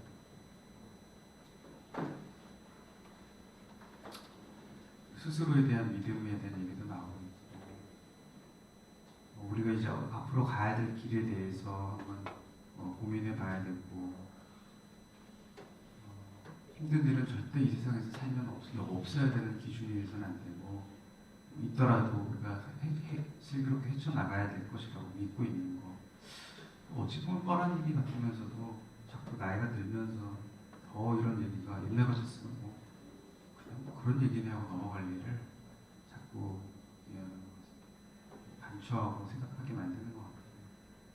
마음의 근육 얘기도 많이 들어보셨을 거라고 생각해서 얘기도 하고 적절한 어휘에서 알고 하나 보고 끝낼까요? 이건 어떤 다른 선생님이 준 슬라이드에 있던 거예요. 제가 차용을 했어요. 될까요? 만약에 기도하면서 담배 펴도 안 된다고 그러고 좋죠. 기도하면서 담배를 꽃남 불어 이러면서 기도하면서 정말 안 돼요? 지금 담배 피면서 기도하는 거 그거는 이제 될 것 같잖아요. 똑같은 현상인데 저 사람이 담배 피다가 얼마나 이 차이가 뭐냐면 벌써 답을 하고요. 차이가 뭐냐면 저 사람이 얼마나 지금 속상했으면 담배를 물고 있다가 기도를 하게 되느냐고 이해를 하게 되는 거고 첫 번째는 같은 모습인데도 기도하면서 담배? 이런 네 가지 뭐 이런 식으로 보이잖아요. 같은 현상인데 어떻게 우리가 바라보고 그 사람에 대해서 어떻게 공감하냐에 따라서 그 사람을 이해하거나 공감할 수 있는 영역이 대단한 건데 절박함이 느껴져서 그렇고 왠지 반대는 좀 절박함이 좀 덜 느껴져서 그런 것 같고 사회의 절박함과 신고함을 알게 되는 것이다.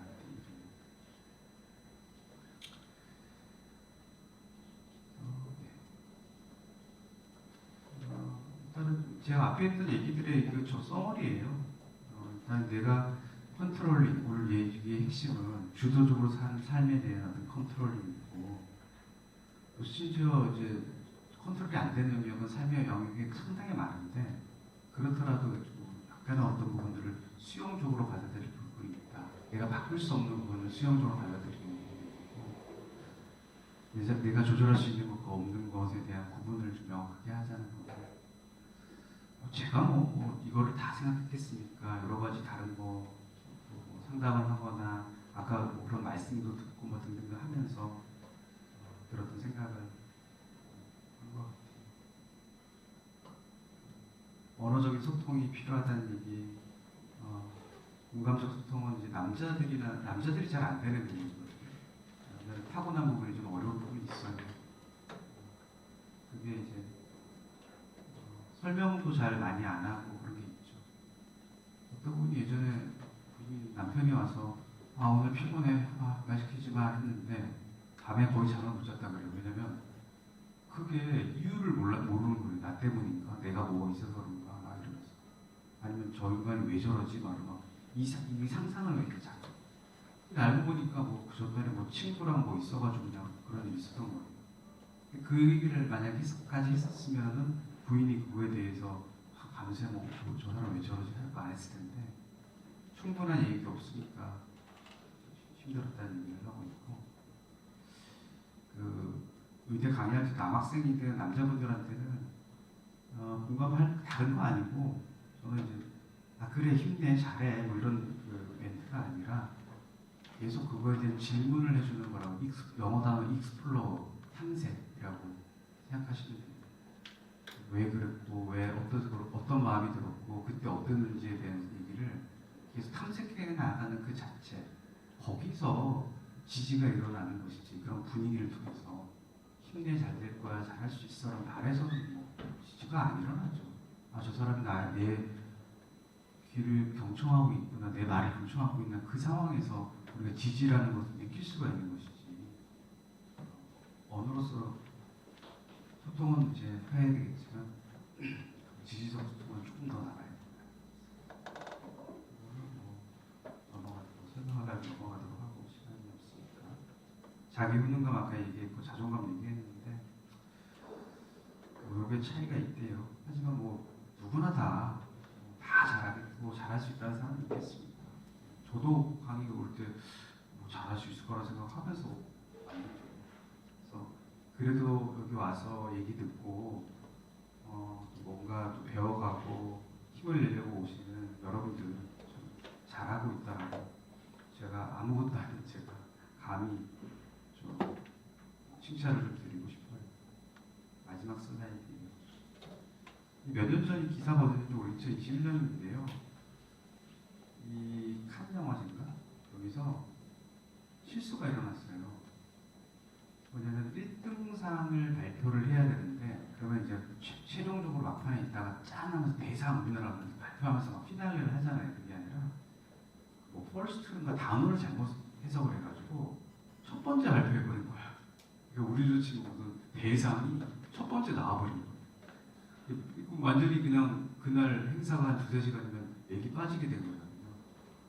그래서 그 사회를 보던 사람이 막 미안하다고 막 그 대상 받는 여자한테 얘기를 하고 있는데 이 대상 받는 여자분이 뭐라고 얘기했냐면 오늘 밤은 완벽하지 않아서 완벽한 밤이었다라고 딱 말을 했다는 거예요.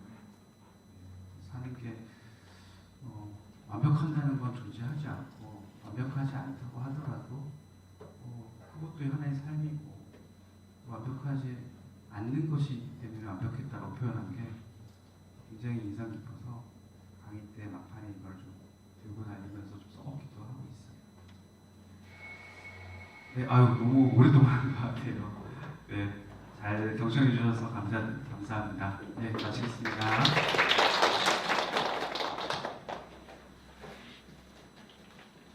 네, 교수님께서 중간중간 Q&A를 지금 다 말씀을 해주셨는데요.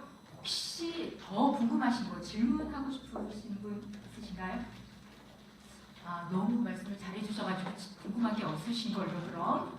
병원이나 이런 데 좀 병원에 내가 가야 될 생각이 좀 이런 것도 물어보셔도 되는데 강의 끝나고 뭐 좀 제가 뒤에 있을 테니까 여쭤보셔도 될 것 같아요. 강의 끝나고 교수님께 직접 여쭤봐도 되고 아니면 저희 쪽으로 메일 주시면 저희가 또 교수님께 개인적으로 문의드리겠습니다. 교수님께 다시 한번 감사의 박수 부탁드립니다. 감사합니다.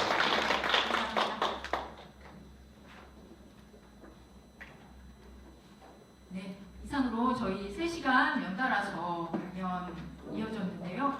긴 시간 동안 경청해 주셔서 너무 감사드리고 오늘 이 3시간이지만 여러분 인생에서 30년, 60년, 90년 동안 오늘로 인해서 나의 인생이 바뀌었다. 정말 나를 바꾸는 시간이었다.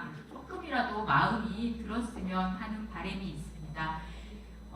오늘 이렇게 머크와 함께하는 나님 바로 알기 캠페인 나를 바꾸는 시간 여러분과 함께할 수 있어서 너무 좋았고요.